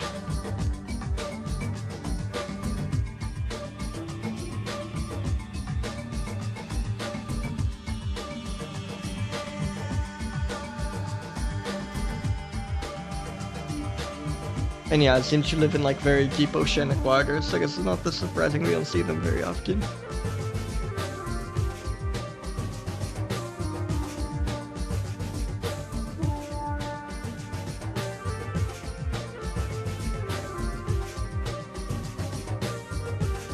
Deep water fish and squid.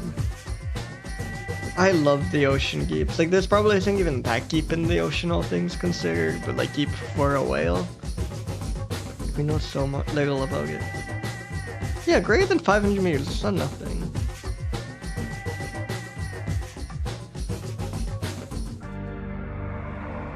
Oh, and it had such a cool name. It was known as Mesoplodon species A. Before re-identifying it. That like makes it sound... If they had done Mesoplodon species X, that would be perfect, but this already makes it so mysterious. Hey, thank you for the follow. Welcome in, welcome. How knowledgeable. Something about it living in the deep ocean and being so mysterious makes it seem a bit wise to me. Grumpy, the line drawing is what I turn to for this. I think that is quite grumpy. I think this illustrator knew something about the pygmy big whale.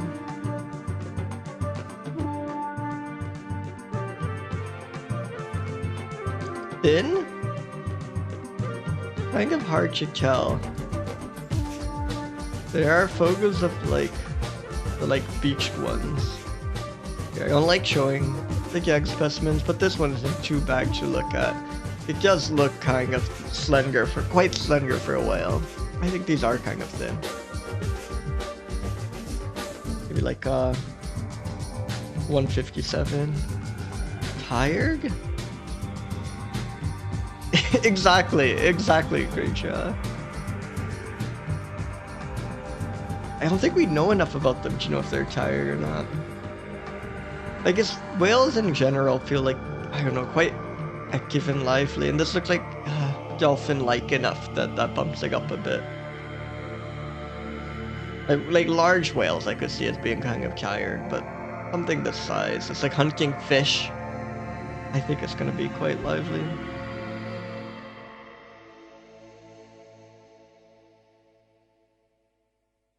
Very rare whale. Lives in deep ocean. A fish eater. Unlike it's probably a fish eater. Unlike its squig eating cousins.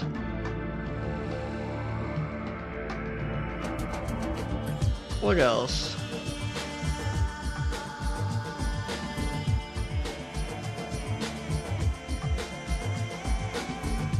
the smallest Mesoplodon,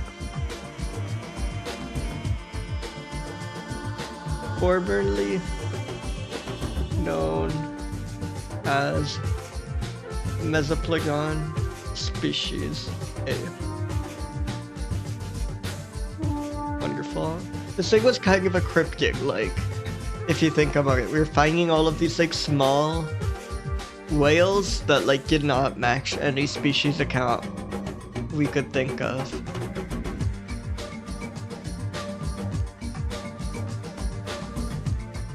It must be so cool to, like, cite an animal that just does not fit the description of any known species. Like, it wouldn't have to be Bigfoot or something. I'd be super happy to just see, like, some small rodent that doesn't fit any of the descriptions of the local rodents in your area. I think people are too greedy when they try and find, like, the Loch Ness Monster or Sasquatch or something. People should be on the, like, lookout for an undiscovered fungus or fish species or something, because that's something you could plausibly stumble upon, and that would be so cool.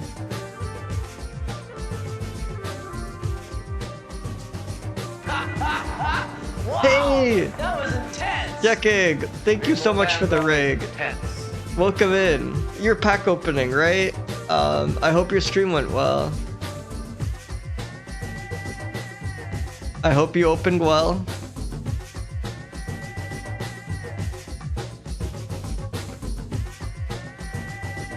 Thank you, thank you.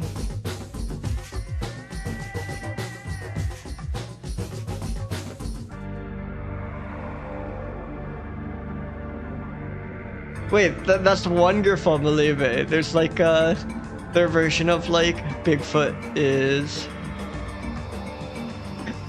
Oh, I'm glad it ended on a good note. That sounds like an overall wonderful. But yeah, that's the nature pack opening, I feel. Wait, Malive, that's awesome. A moose is such a fun cryptid.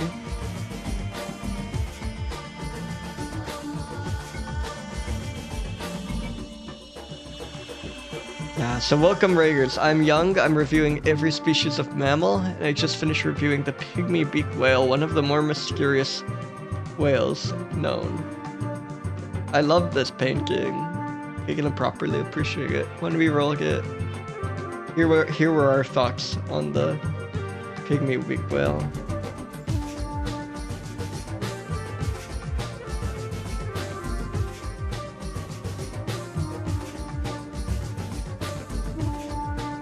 Alright, let's spin another mammal.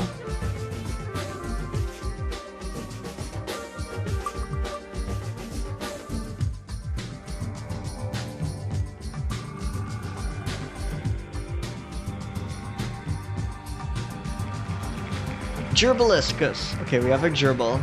Then get on. Might take a quick break.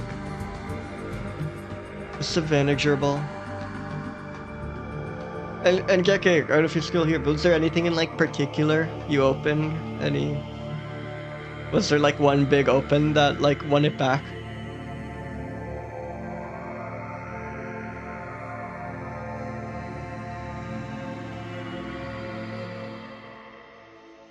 Oh, so this isn't like just some like silly myth or something.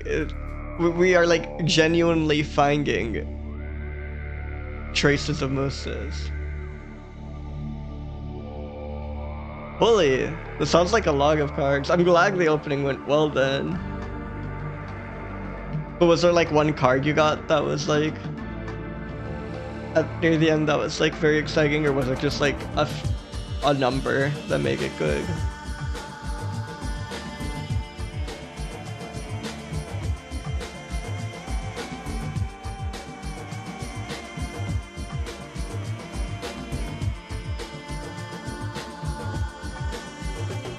Yeah, Paradise Gonzalesi sounds like the perfect place for creature.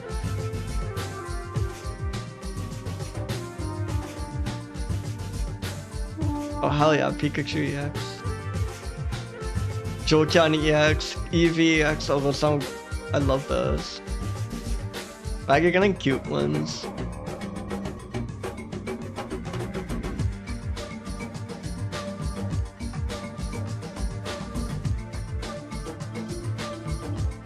Live in small groups and share burrows. Like, it's so cute. Wait, do we have a illustration? Because there's no photos on Chiba. I also love that they're the valid gerbils.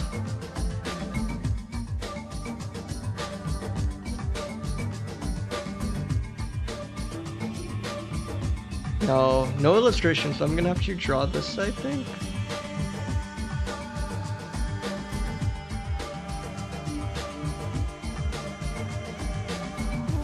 Gerbilliscus validus was considered a valid species by PJJVix. That's definitely an intentional pun. Holy crap! Nice, Kitsugi. Congrats. That's insane. Their burrows are connected by surface runways. Let's go. I'm so mad there's no images of these.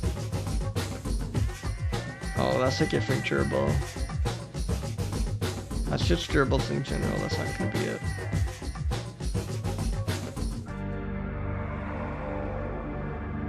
Yeah, I'm gonna have to draw this one.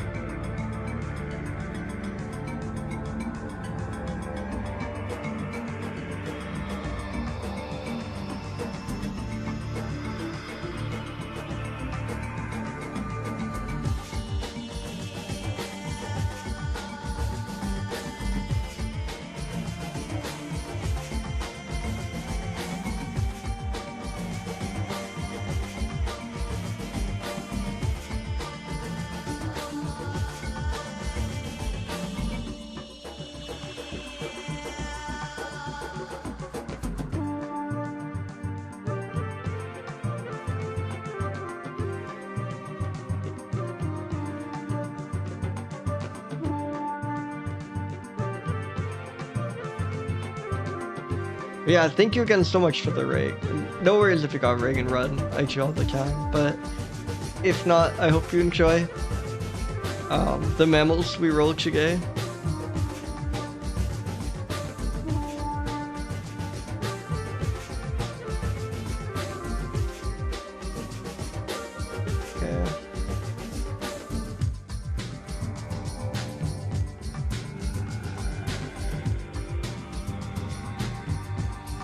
Maybe I can actually color this one in. I'm feeling inspired.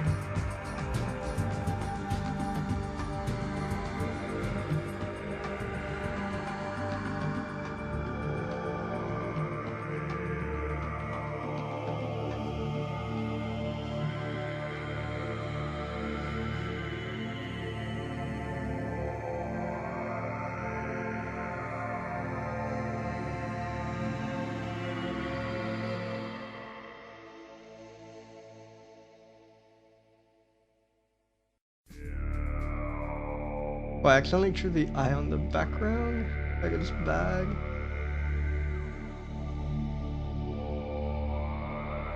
There we go.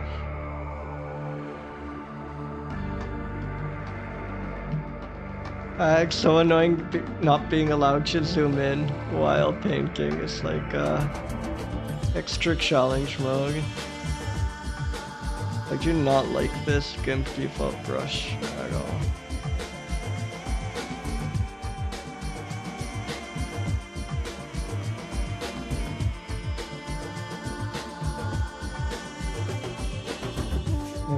They can actually be orange and white, these gerbils.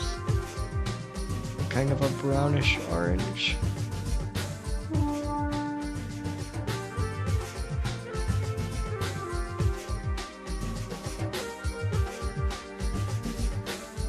There we go, I'm happy with that for the gerbil, the Savannah gerbil. Less rig about the Savannah. Hercule already. Gerbils are kind of blending in. Yeah, these are the small ones that shared burrows. You get the color. Oh no, dark brown. Dorsal pelage. But I was right about the pure white belly. A minor misstep.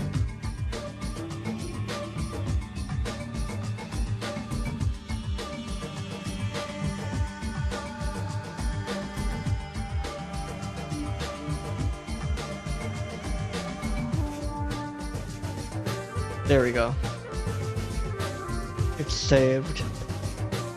Was there any He's knowledgeable. I think if you like have these complicated burrows with runways, that points to a bit of knowledge.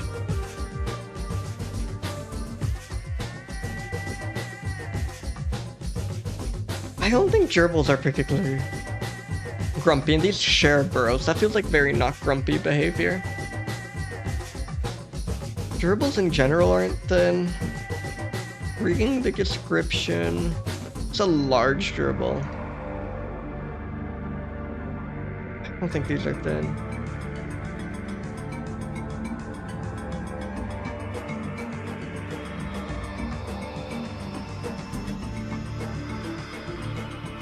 Are they tired? And they talk about they stay in their burrows all day.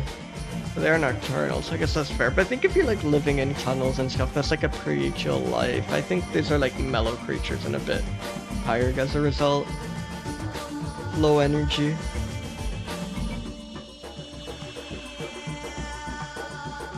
They share burrows.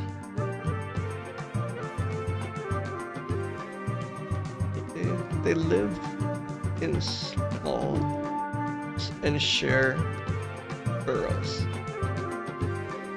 That was kind of it. Oh yeah. Their burrows are complex. I missed that they specified that they're complex burrows. I think that bumps up the knowledgeable score. Their burrows are complex and interconnected by surface runways. Alright, looks like an ag is about to start. So I will take a break here. I will see you all again in a few minutes.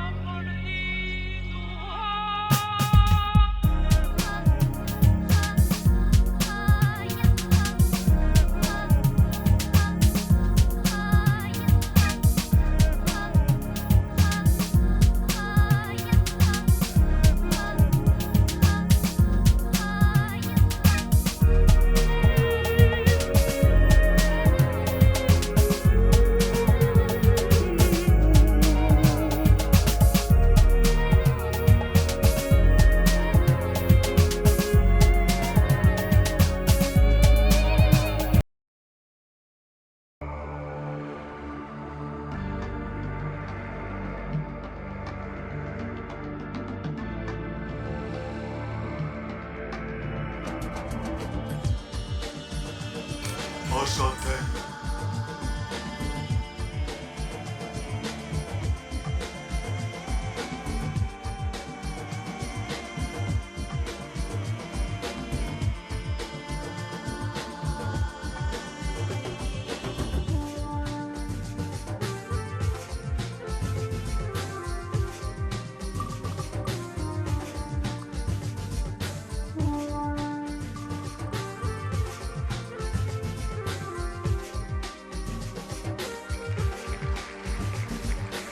Oh my god, thank you so much. Welcome in, Marigold. Welcome, welcome. Holy crap, wait. Is Leopardus? Yeah, I'm so happy with the job screen king. Thank you, yeah, I'm very happy with this model. I messed up a little bit of the rigging, though I think it kinda works, but I gotta fix that. But anyways, holy crap, wait, could Leopardus actually be? There's no way, right? No? Oh no, this is a subspecies, wait. Wait, no, we got a leopard, but it doesn't count because it's been like reclassified. It might be a subspecies. Oh no, it seems like it's now being given species status, and 2020 is further recognized as a full species. Okay, let's see what Chiba says. Because if we actually roll a leopard, that's huge.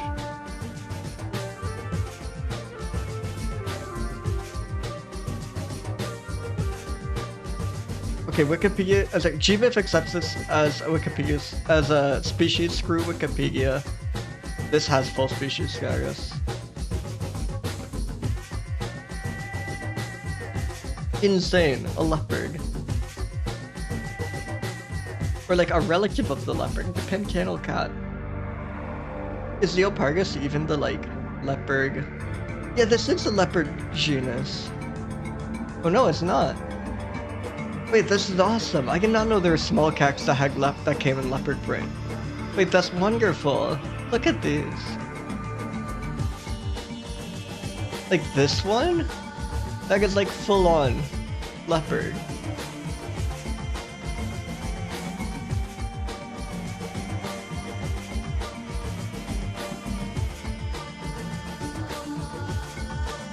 Let's see if we can get more images.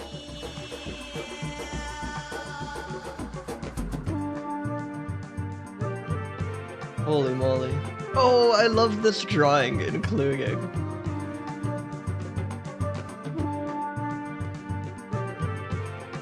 Oh, this is great. This person, like, saw this animal and just, like, sketched it. From memory, I think. That's wonderful. Look at it. Yeah.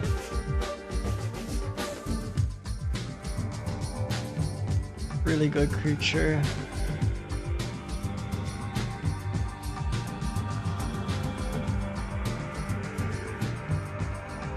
Extremely cute.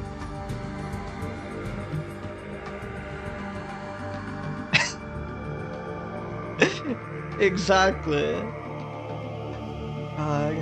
I want to read more about this. Native to South America.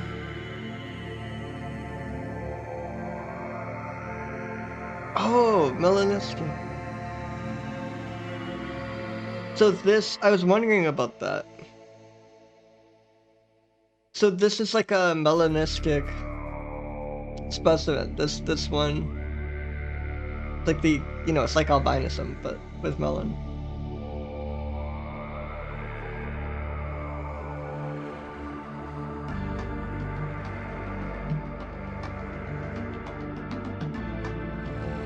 It feeds on these things. God, this is so cute. Like guinea pigs. Guinea pigs. No, I don't think I've seen leucistic tanukis. It's weird imagining a tanuki without the, like, classic tanuki printing. Oh my god, they are dogs. Wait, what the hell?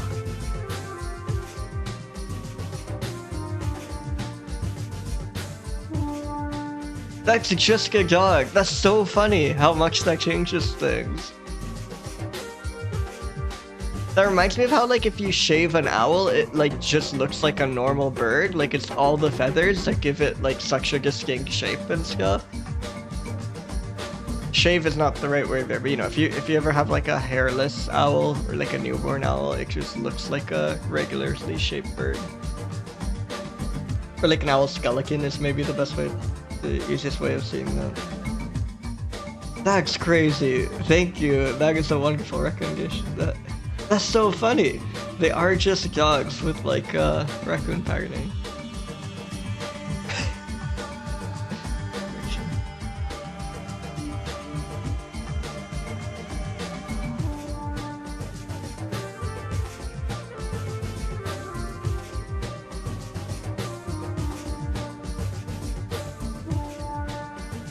Let me try and read more about these. Really not much info.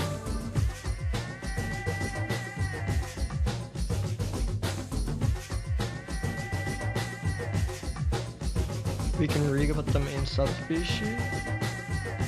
It also does not have info.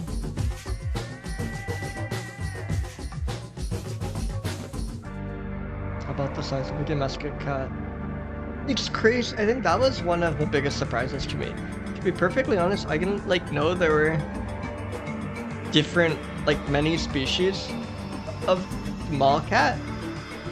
You know, I knew there were like many species of large cat, and I knew there was like wild cats, but one of the biggest surprises of doing this stream is that there are like tons and tons of different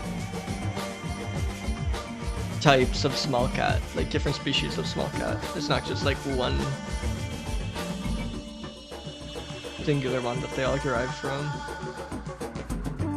Which photo do I use? It's so hard to decide.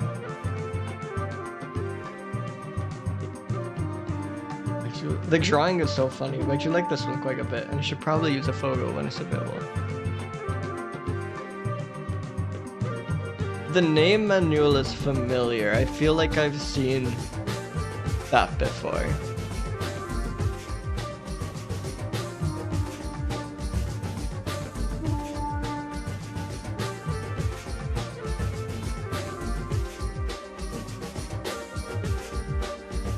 By P. Foucher. Once again, P. Foucher has, I've recognized that name. They have contributed like a good number of mammal photos. I'm very excited, believe it. I cannot wait to roll that.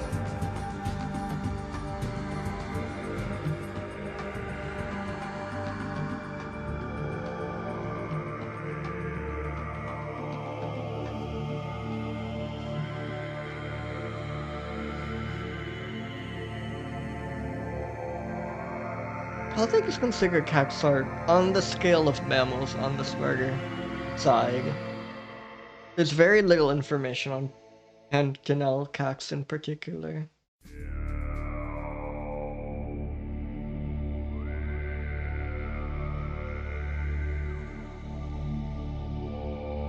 Grumpy?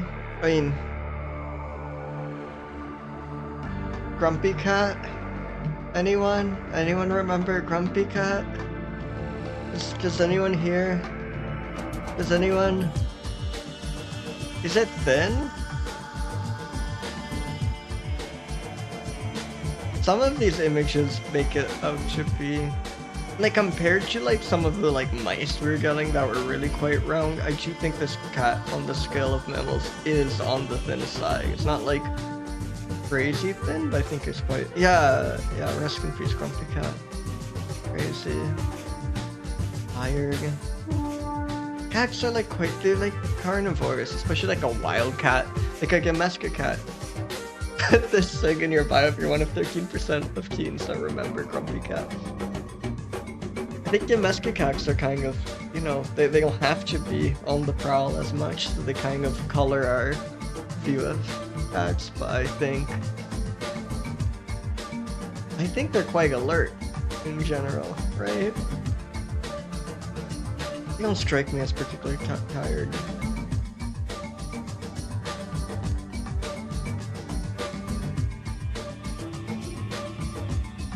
There's a really good observation on a naturalist.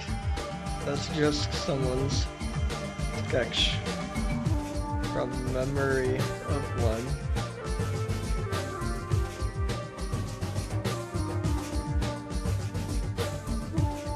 Really grateful there are so many small cats out there.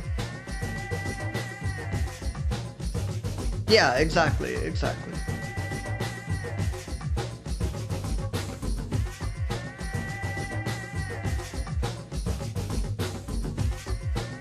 Really nice coat. Trigger. Yeah. I can't wait to get through all the different small cats. I mean, large cats too, but I knew those were coming from the get-go.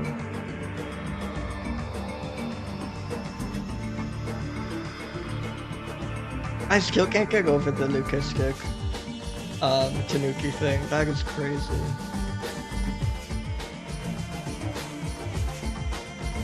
Their paws and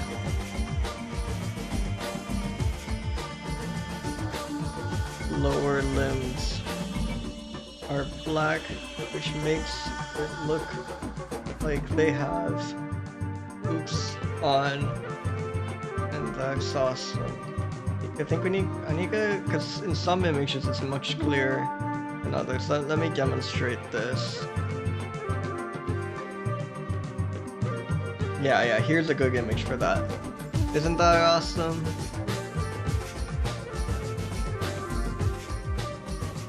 I'm a fan. I think this was a very strong roll. It's a cat.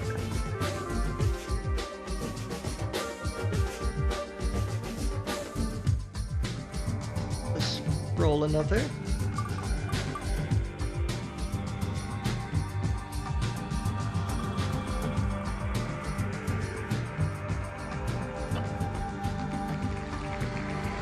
Murina. God. Wait, was Murina something good? We've had a Murina before. No, it's Scully's tube-nosed bat. Never mind. How many members? Okay, yeah, no, there are a ton of Murinas. I'm excited for Beelzebub's tube-nosed bat.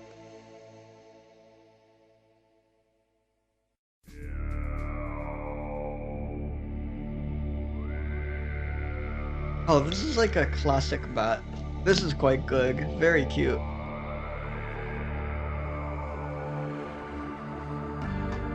Good old bats. All look reliable.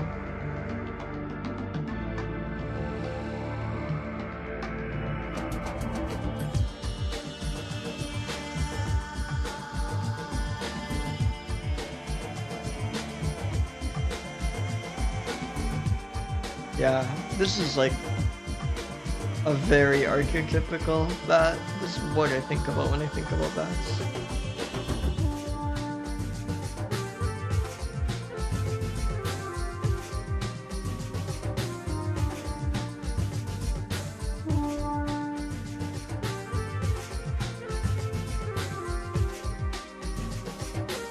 This is what tube-nosed bat? Scully's tube-nosed bat. Can we go zoom in on the nose? Because I guess I see what they mean by tube nose. It's like there's some turtles like this, right? Like turtles that have these weird tubular noses. It is a tiny dragon. It's absolutely a tiny dragon.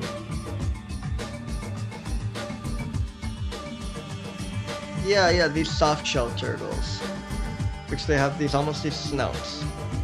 There, this is an image where you can see it more clearly.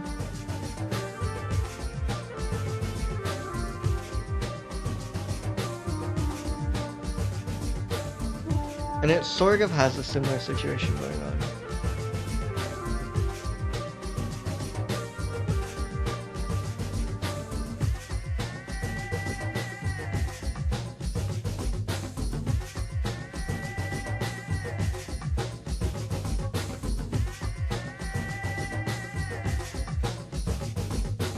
Was found roosting in a tree above ground.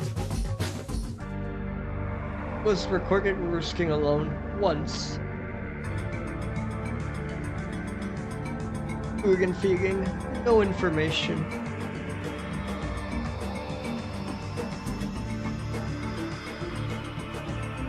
Undergoing taxonomic hell. Awesome. We are back.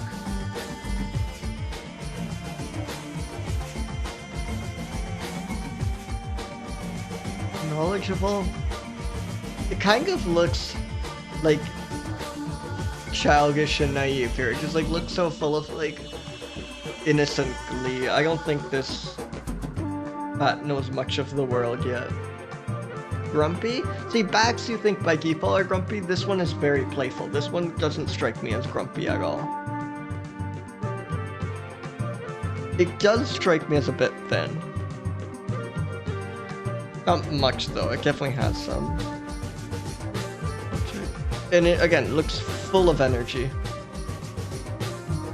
I don't think this is in the slightest tired.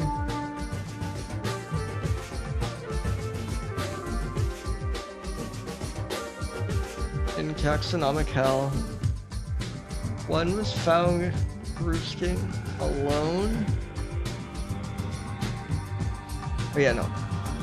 Recorded roosting alone once. Found above ground. Back scan. We don't really know anything about this guy, but really good image.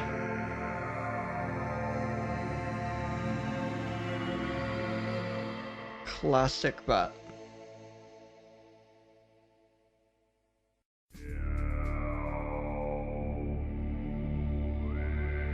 Alright, let's spin another mammal.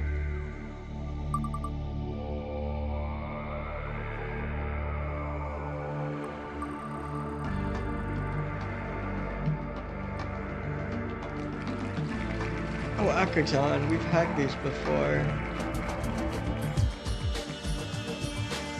Something like a vole or something. A grass mouse, there we go.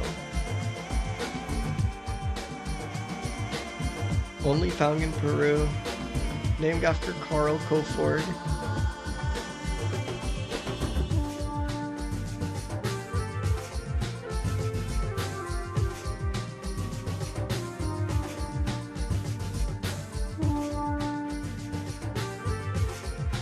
Wait, what the hell?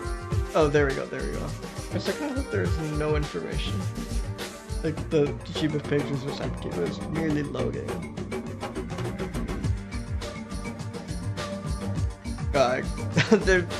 There should be honest, they didn't really need to load. It is another cloud forest dweller, so cloud forests are reoccurring habitat on these. I did not know about them before these streams, and they're like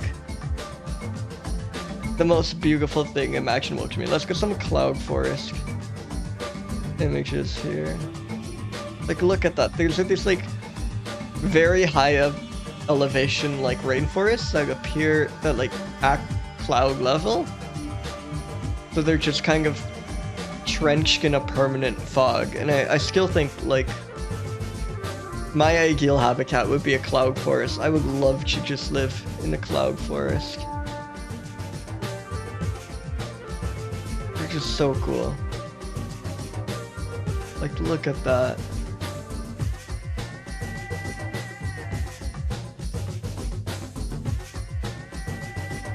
Disturbed shrubby areas. Really good habitats. Moist bunch grass, disturbed shrubby areas, and cloud forests.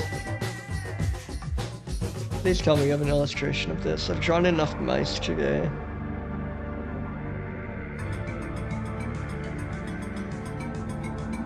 Nope. Man, this is like cruel because it gives me this giant reference image and then it's just captioned completely incorrectly. Like only 4 mice and none of them appear here. Oh, a vibrant marsh would go kind of crazy.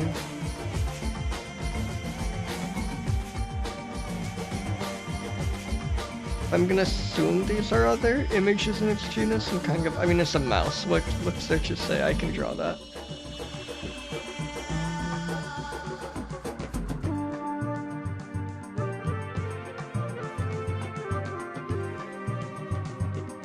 Let me try and draw this.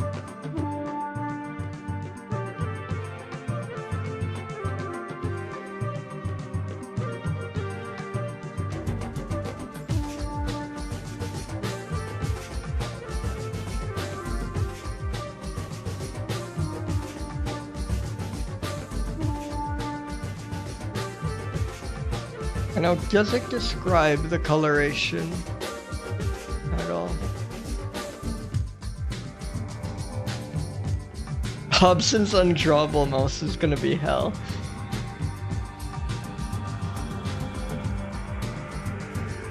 Dorsum is dark olivaceous brown. I think someone added olivaceous to the wheel because this is not the first time they have used that word. Can I confirm that olivaceous is in the pool? Yeah, there you go. I added olivaceous to the wheel.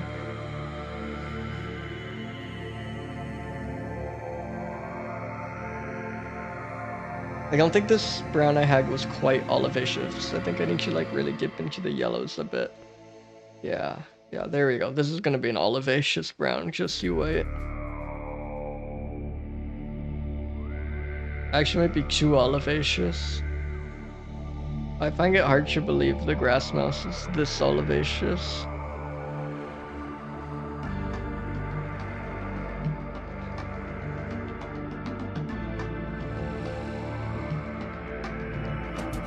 Hey, thank you so much, Sheriff Ram. Would you like to? You're entitled to add adjective to the pool if you please. So, no rush, of course. If you want some time to think about it, that is totally okay. Just anytime you'd like.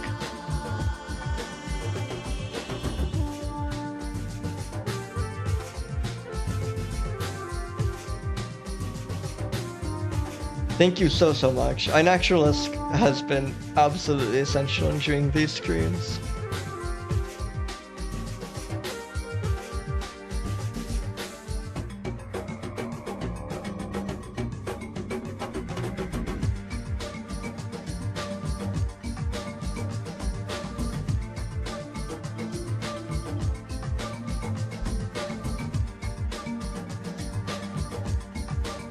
Yeah, let me know if you want to add an adjective to the pool.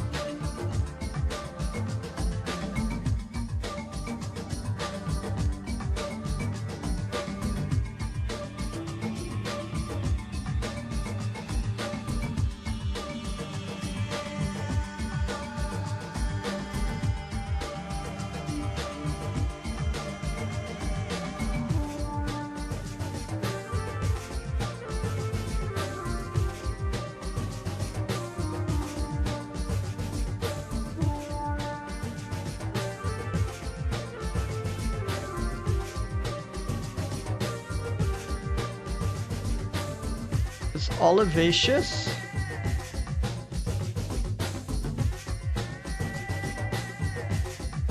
Lives in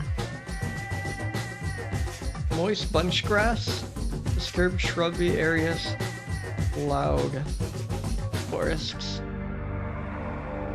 Perfect.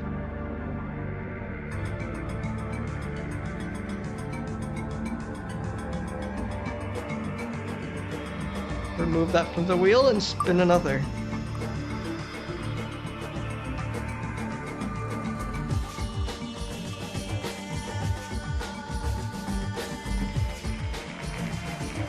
Oh shit, Crocidura. I know what that means.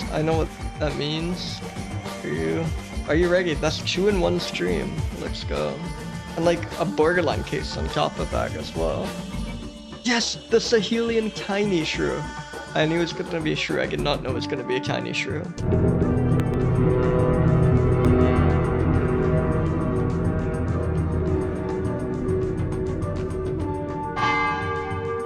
Oh yeah, 35th shrew. We really like mega dent in these.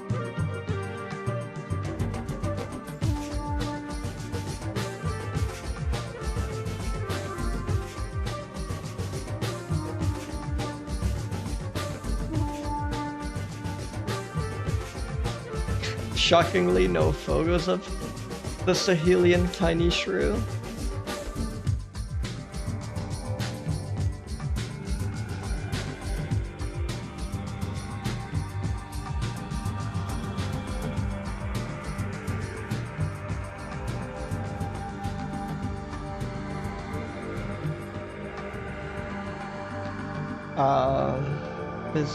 Is there an illustration at least?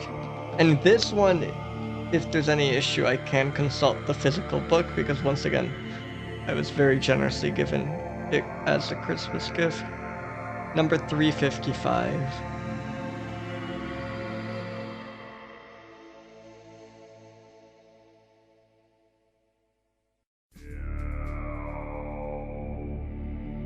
It is tiny. Like, look at size in comparison with the others, and they give you a scale. So this scale, bear in mind, this length is 2 inches.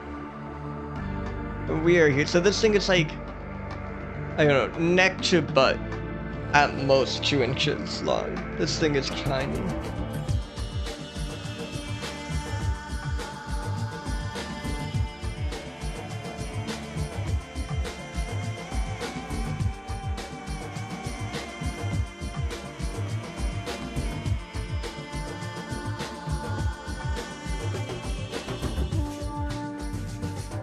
Let's update this.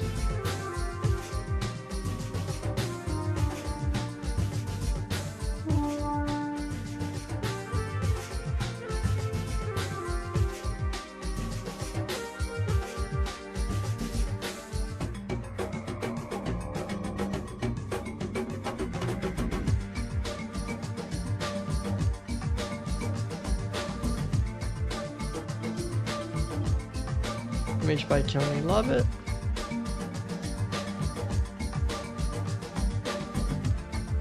Crocidura pasha, also known as the Sahelian tiny shrew. Yeah, what do we know about the Sahelian tiny shrew? Thought to be a resilient, awesome sentence. The Sahelian tiny white shrew, tiny white-toothed shrew is thought to be resilient. Hey Thoron, welcome. You're not Ivara Prime. So strictly speaking, I'm Greedra's OC. Let me look this up. Oh, I see the similarity. Oh yeah. I'm guessing this is like jellyfish theme, guy. It looks quite jelly. There's no way this isn't jellyfish theme. Or at least like cephalopod themed or something.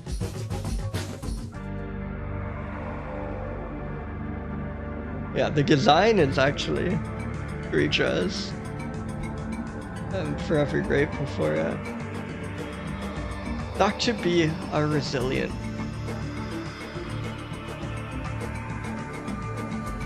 Rarely captured. Hell yeah. Known from a few scattered populations.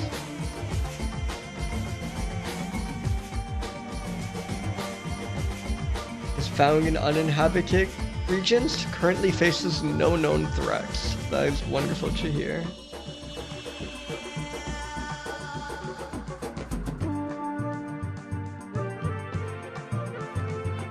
I mean, it seems to kind of have things figured out, but it's still a tiny shrew. It can't be that knowledgeable.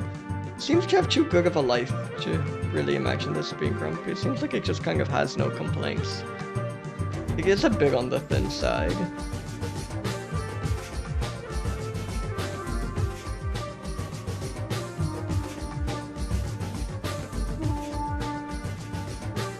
Tired.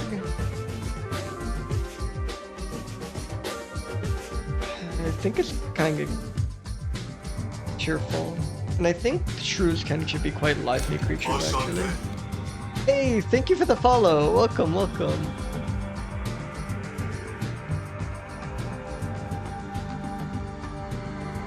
Tiny shrew. Actually, you know, my only note for this one is gonna be this sentence because I cannot get over it. The Sahelian tiny white-toothed shrew is thought to be a resilient.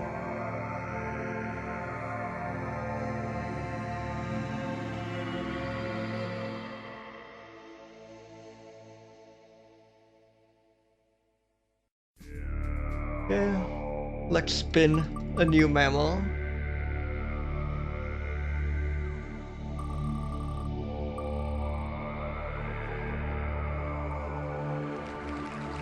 Dendrogale? Wait, Dendrogale is something good, right? Is it? Or am I getting it confused with Gendro something else? Because I think what I'm thinking of is actually an order, not a genus. But Gendro is like... skin? Finger? I'm not sure. No, dactylus finger. Oh shit, it's another tree shrew! Well, log of shrews today, lots of tree shrews in particular. So I went on a long rant about this, but the gist of it is tree shrews are the closest, or the second closest thing to primates.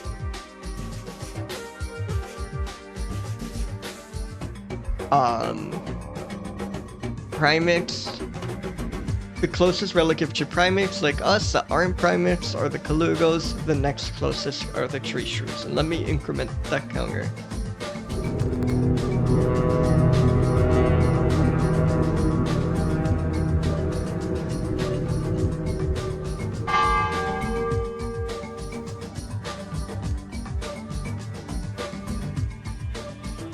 Like, oh, so this one does mostly eat insects. Yeah, that's a shrew counter.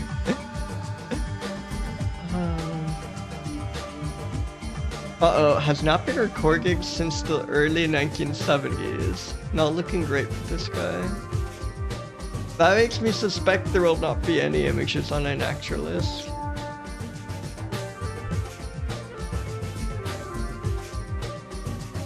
Wait, what the hell? That's so funny.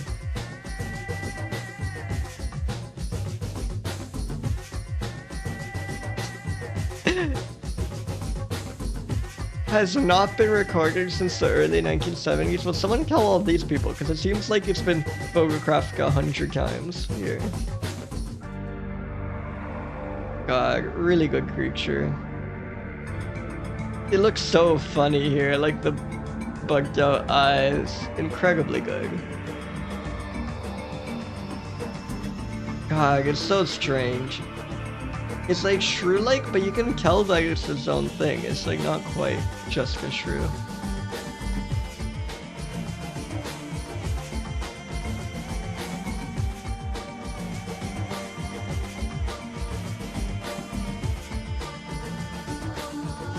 Really good.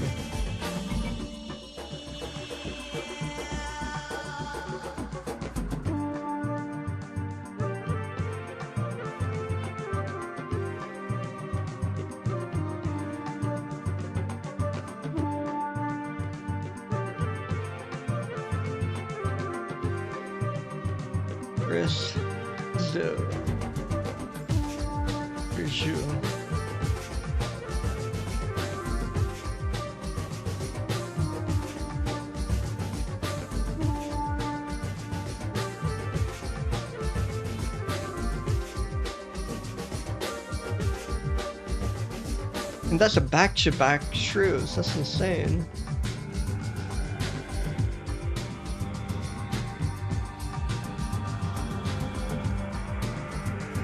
Let's read a bit more about this.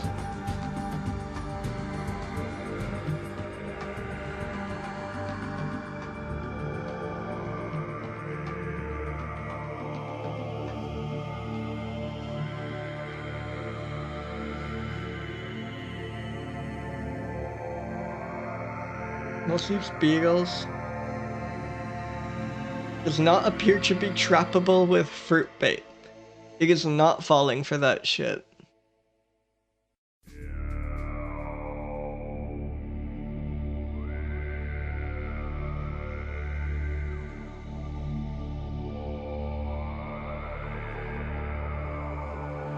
Quite mountainous it seems. Long claws presumably used for its arboreal lifestyle. Yeah, I see what you mean. It does look kind of... It does not look like the brightest creature if I'm being honest.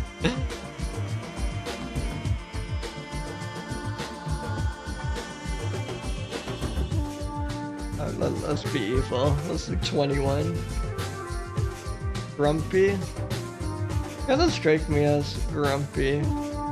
Strikes me as like just very confused and afraid, but not grumpy. I think this thing's kind of chill. Quite thin actually. And this thing looks like it's like wired on caffeine. This is like maybe the least, at least purely in appearance, this looks like the least tired creature we've gotten. Like look at those bulging eyes, you know?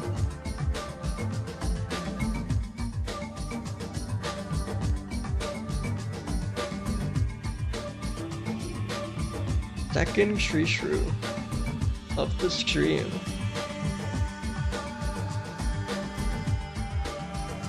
Has not been recorded since the 70s.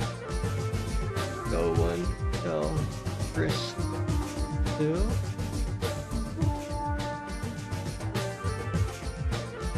Not trappable by fruit bait. That's good.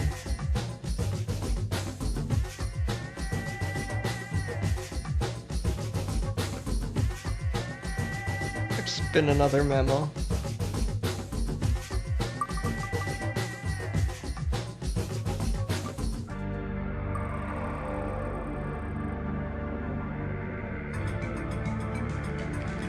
Terraput, so this will be a flying fox. There's so many flying foxes. Lyle's flying fox. Persecution from farmers and killed for bushmeat. Colony of thousands of bat of this species mixed with a large flying fox. It should be found at the Bat Pagoda? What the fuck is the Bat Pagoda? Holy shit.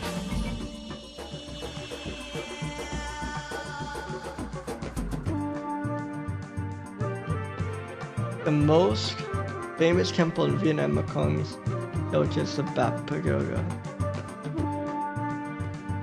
It has an actual name that's different, but it's known as the Bat Pagoda because it's a home to a giant number of bats. But can you actually like see the backs of the Bat Pagoda? I guess you can in like this image. That's cool. Shoutouts to the Bat Pagoda.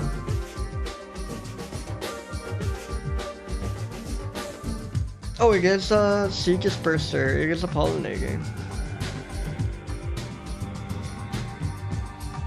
It seems like a pretty bad one. It mostly chews and spits out the seeds. And it only accidentally swallows some, which it disperses.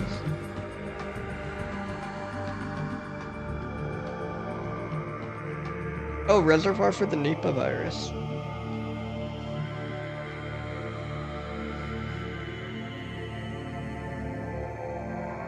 Quick image.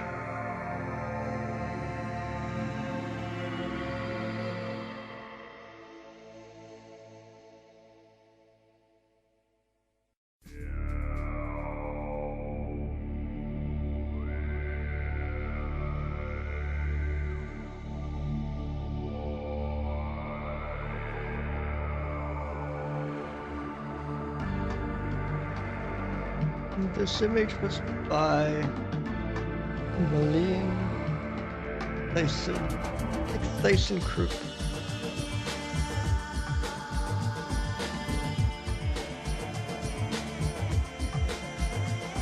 Ah, awesome diet. Eats mangoes, cashews, monkey jack, sapodilla, dragon fruit, java apple, tamarind, jambalin, and rose apple. What an insane diet. Holy shit.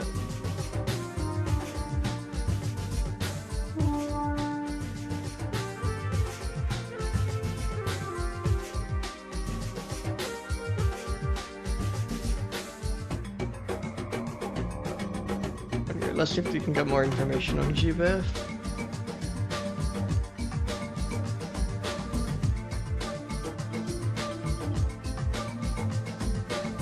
They leave in the evening and then forage and kill the early morning. So these are definitely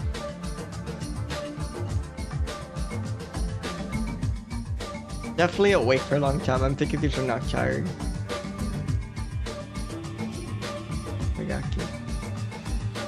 Marking preferences for trees growing in Bugus temples. That's awesome. These are religious these are Bugus bags. These are practicing Bugus bags.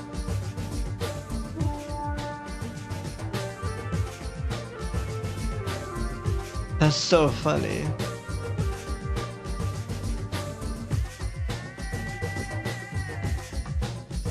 They're protected by monks. Hell yeah.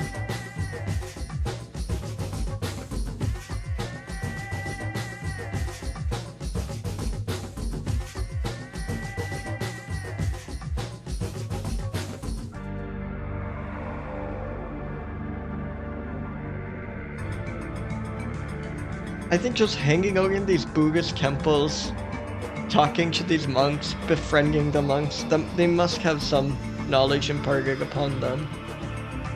Grumpy? I mean, they seem so chill. They'll just like happily hang out with humans.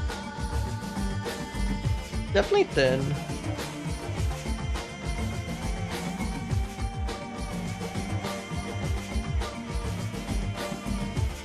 And they're active quite a lot of the day. I don't think these are that tired.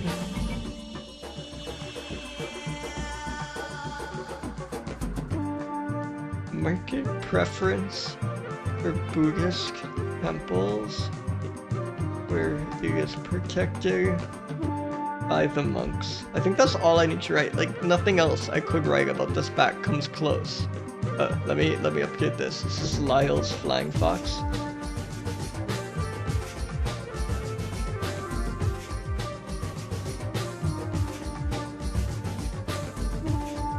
And let's review another mammal.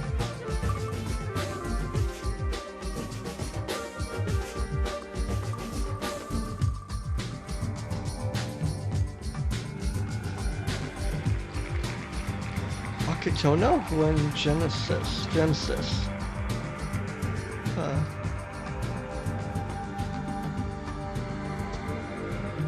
Oh, it's a pika! A rare pika. In central China. Named after the mountains it lives in. Yeah, pika's always an exciting role. I love any legomorph. Inactive taxon? Did they just move genus or get something? No, emerge with syrinx. Oh yeah, including just a syrinx here.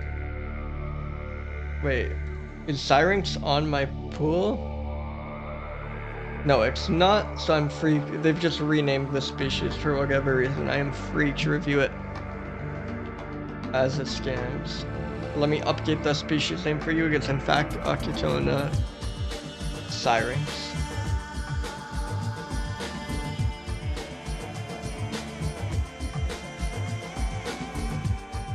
Oh, that is really good. Oh, awesome creature. Lovely.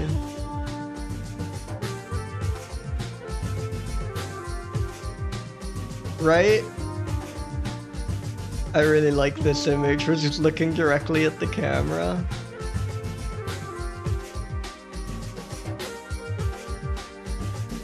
That is wonderful.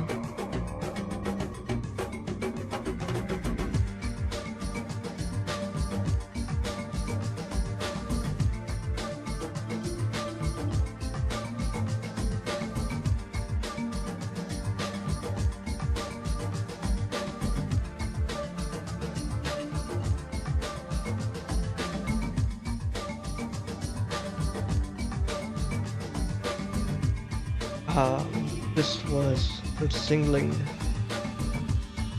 pika. This image is from Jishan Wang.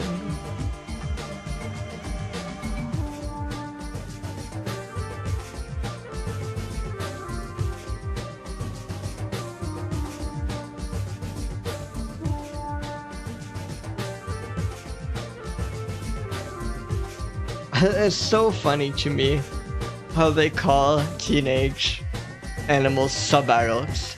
Like I've said this before, but it's such a like good just anti-teenager slur or something. It's like so needlessly mean.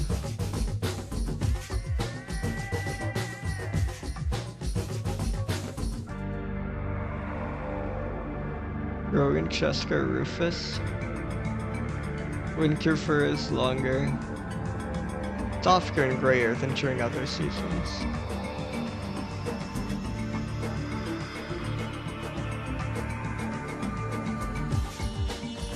Really no information, but like, again, image is worth 1,000 words.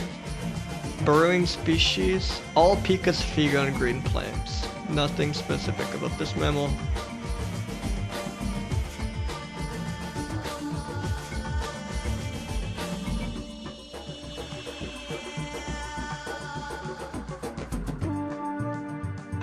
Is it knowledgeable?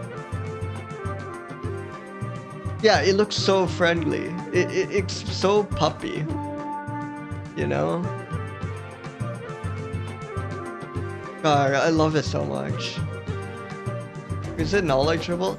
I think, again, it's like it looks too much like an innocent child to me to give like a high knowledgeable score. I think it wants to learn, but it hasn't yet. Not grumpy at all. This is like the least grumpy looking mammal I've seen.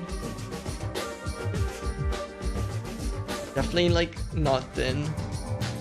And it looks full of energy. Unfortunately, it's gonna get quite a low score because of the way the adjectives are set up, but...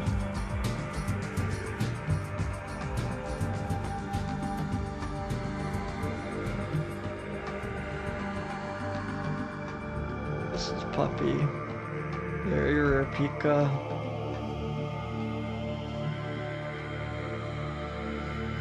We don't really know anything about this one, but it's very nice to look at. Hell yeah.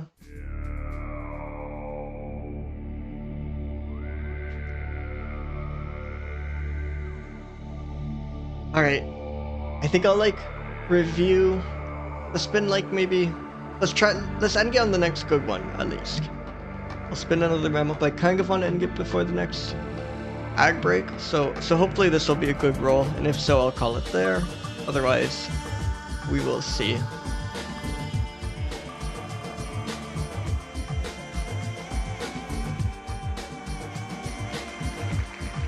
Holy, okay. The mist makes me a bit skeptical. Maybe I can maybe I can speedrun Shaw Mayer's Brush Mouse. Speedrun. That's what I was trying to say there. Do we have a Fogo? Probably not. Oh, we do. Oh, that's a very good Fogo.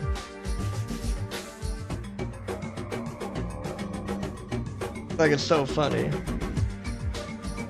Oh, and it's by Carlos Bocos, who has definitely come up several times before. I love that being the only photo, the like very strange view from below.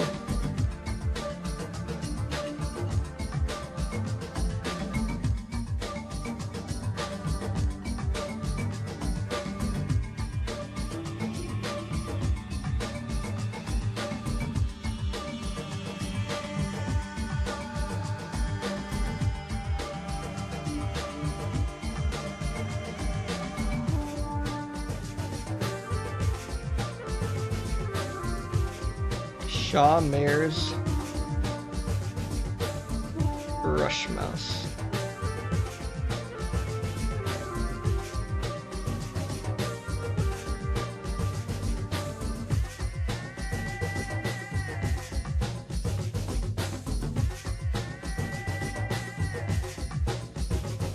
Seems to be at least somewhat arboreal. The nest of a captured female was made with the young was made of leaves and moss and had a tubular structure. Tubular nest made of leaves and moss.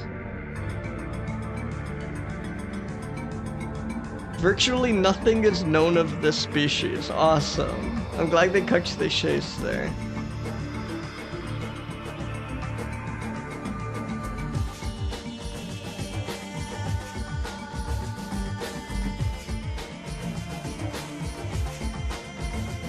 This thing is at least a little knowledgeable. Something about its like mysteriousness. I don't think it's grumpy though. Definitely not thin. Tired? The Nesk things seem so chill. I think these are a bit tired. That's why they've invested so much in the bag, is my theory at least. Found in a tube. They make tubular nests of leaves and moss. That just sounds so lovely. And let's just paste back quote. Beautiful.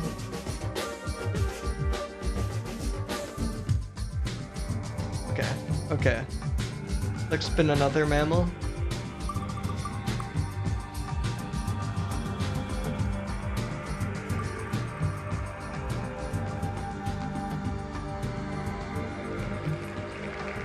A boreal Lasiurus.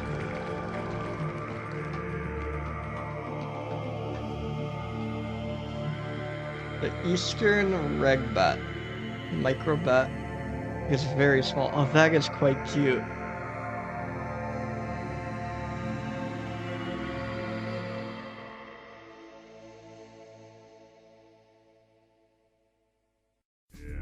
Oh yeah, boreal is just like east, right? Isn't that a thing? Maybe not. Maybe I'm crazy. Isn't like just one of those weird like Latin words for cardinal directions? The opposite of orient.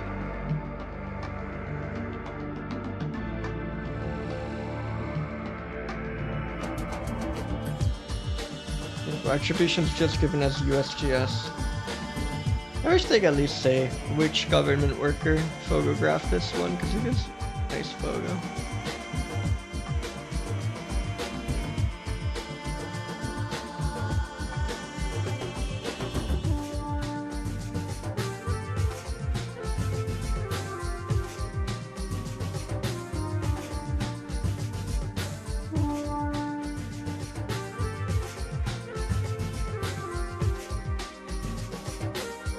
Oh, borealis is northern, right? That makes more sense. When I think boreal, I think of like pine stuff. I just got confused because it's called the eastern regbat.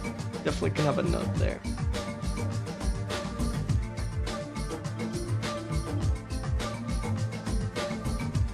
Well, these things get killed by blue jays. I did not know a blue jay is capable of killing a bat. That's messed up. Blue jays. Jesus. There are also cars and wind turbines. These have a rough log in life.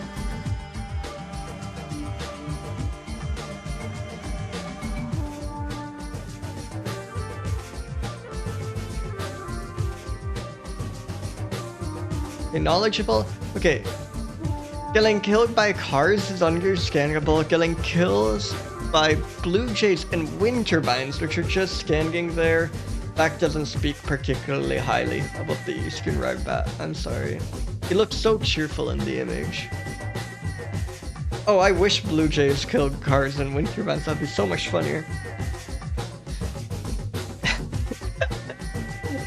That'd be crazy. It's like, no, it is thin. What am I saying? It's definitely thin.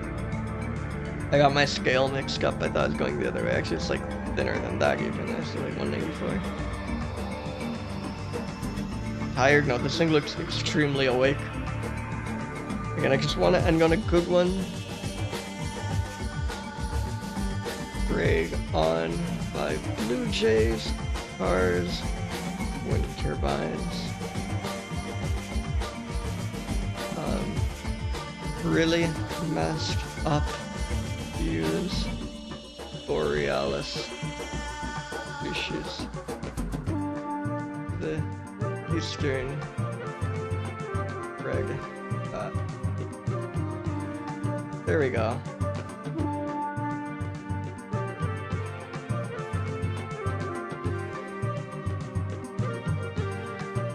Okay, let's spin another mammal. I think I might end it here regardless, but we can still hope for a good one. Yeah, I learned blue jays are corvids recently, which is really cool because they're so pretty, and I know you can like befriend a corvid. So everyone always befriends like crows and ravens, but it'd be wonderful to befriend your local blue jays. That'd be really nice. Vampirum spectrum. Vampirum, I assume, is vampire bat? The spectral bat. Why is it called that? Largest bat species in the New World. Largest carnivorous bat. Preys on birds, rodents, insects, and other bats. Other bats is fucked up. That's terrifying. This is such a... We should have got this on Halloween. This is such a Halloween animal. Exclusively carnivorous. Oh, when it gets... Oh, that's terrifying. When it gets trapped in a researcher's mist net, it will eat the other bats also in that mist net. Or it's not even clear if it's trapped. It just eats bats that get trapped in mist nets.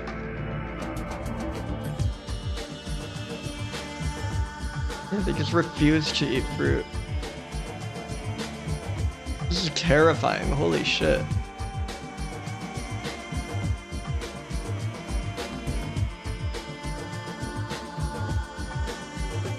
Endangered in Bolivia.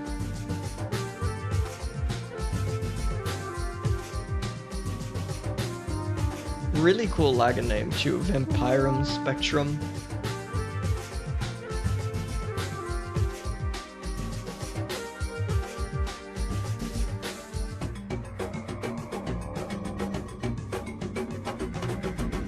God, this is so Halloween.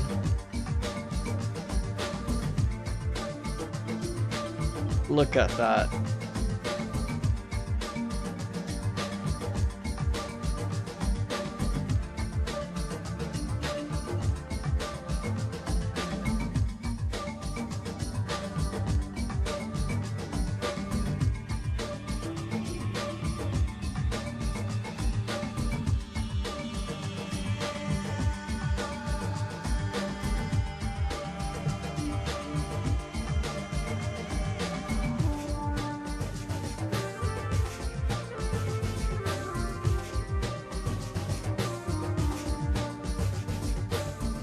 I want to read more about these on YouTube. I gotta say, yeah, this is very much a dragon. This thing is menacing.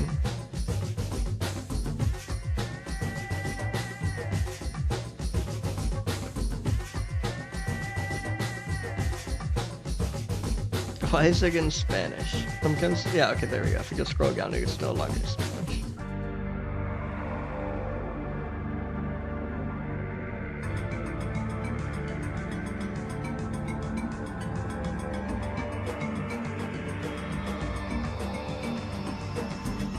Yeah, mostly it's birds.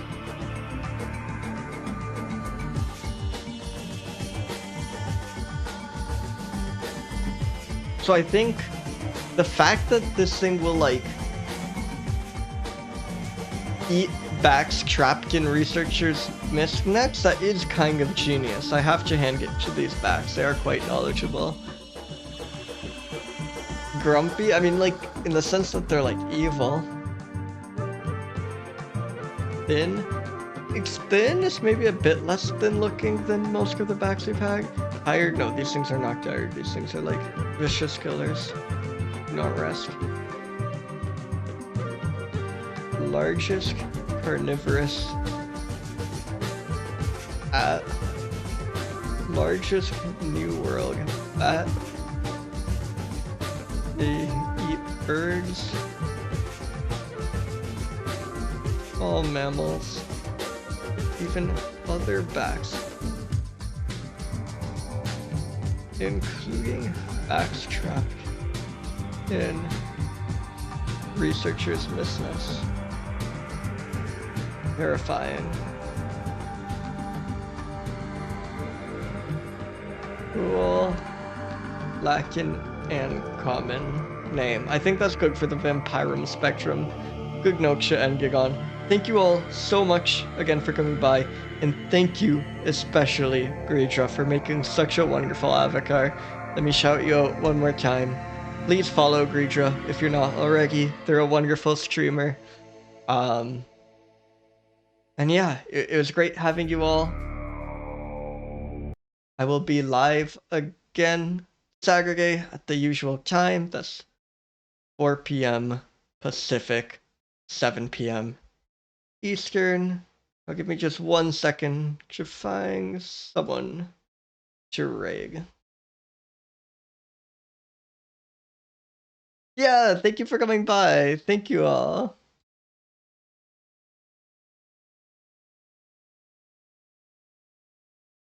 A lot of people on Jigay.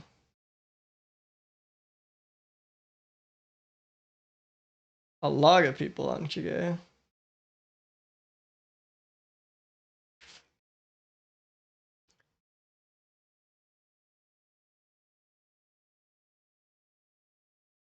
I think.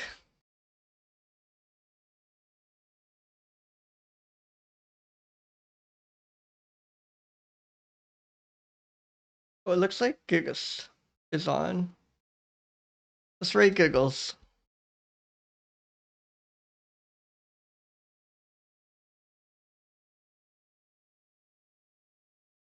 Alright, thank you all so much for coming by. I will see you all next time. Bye, everyone.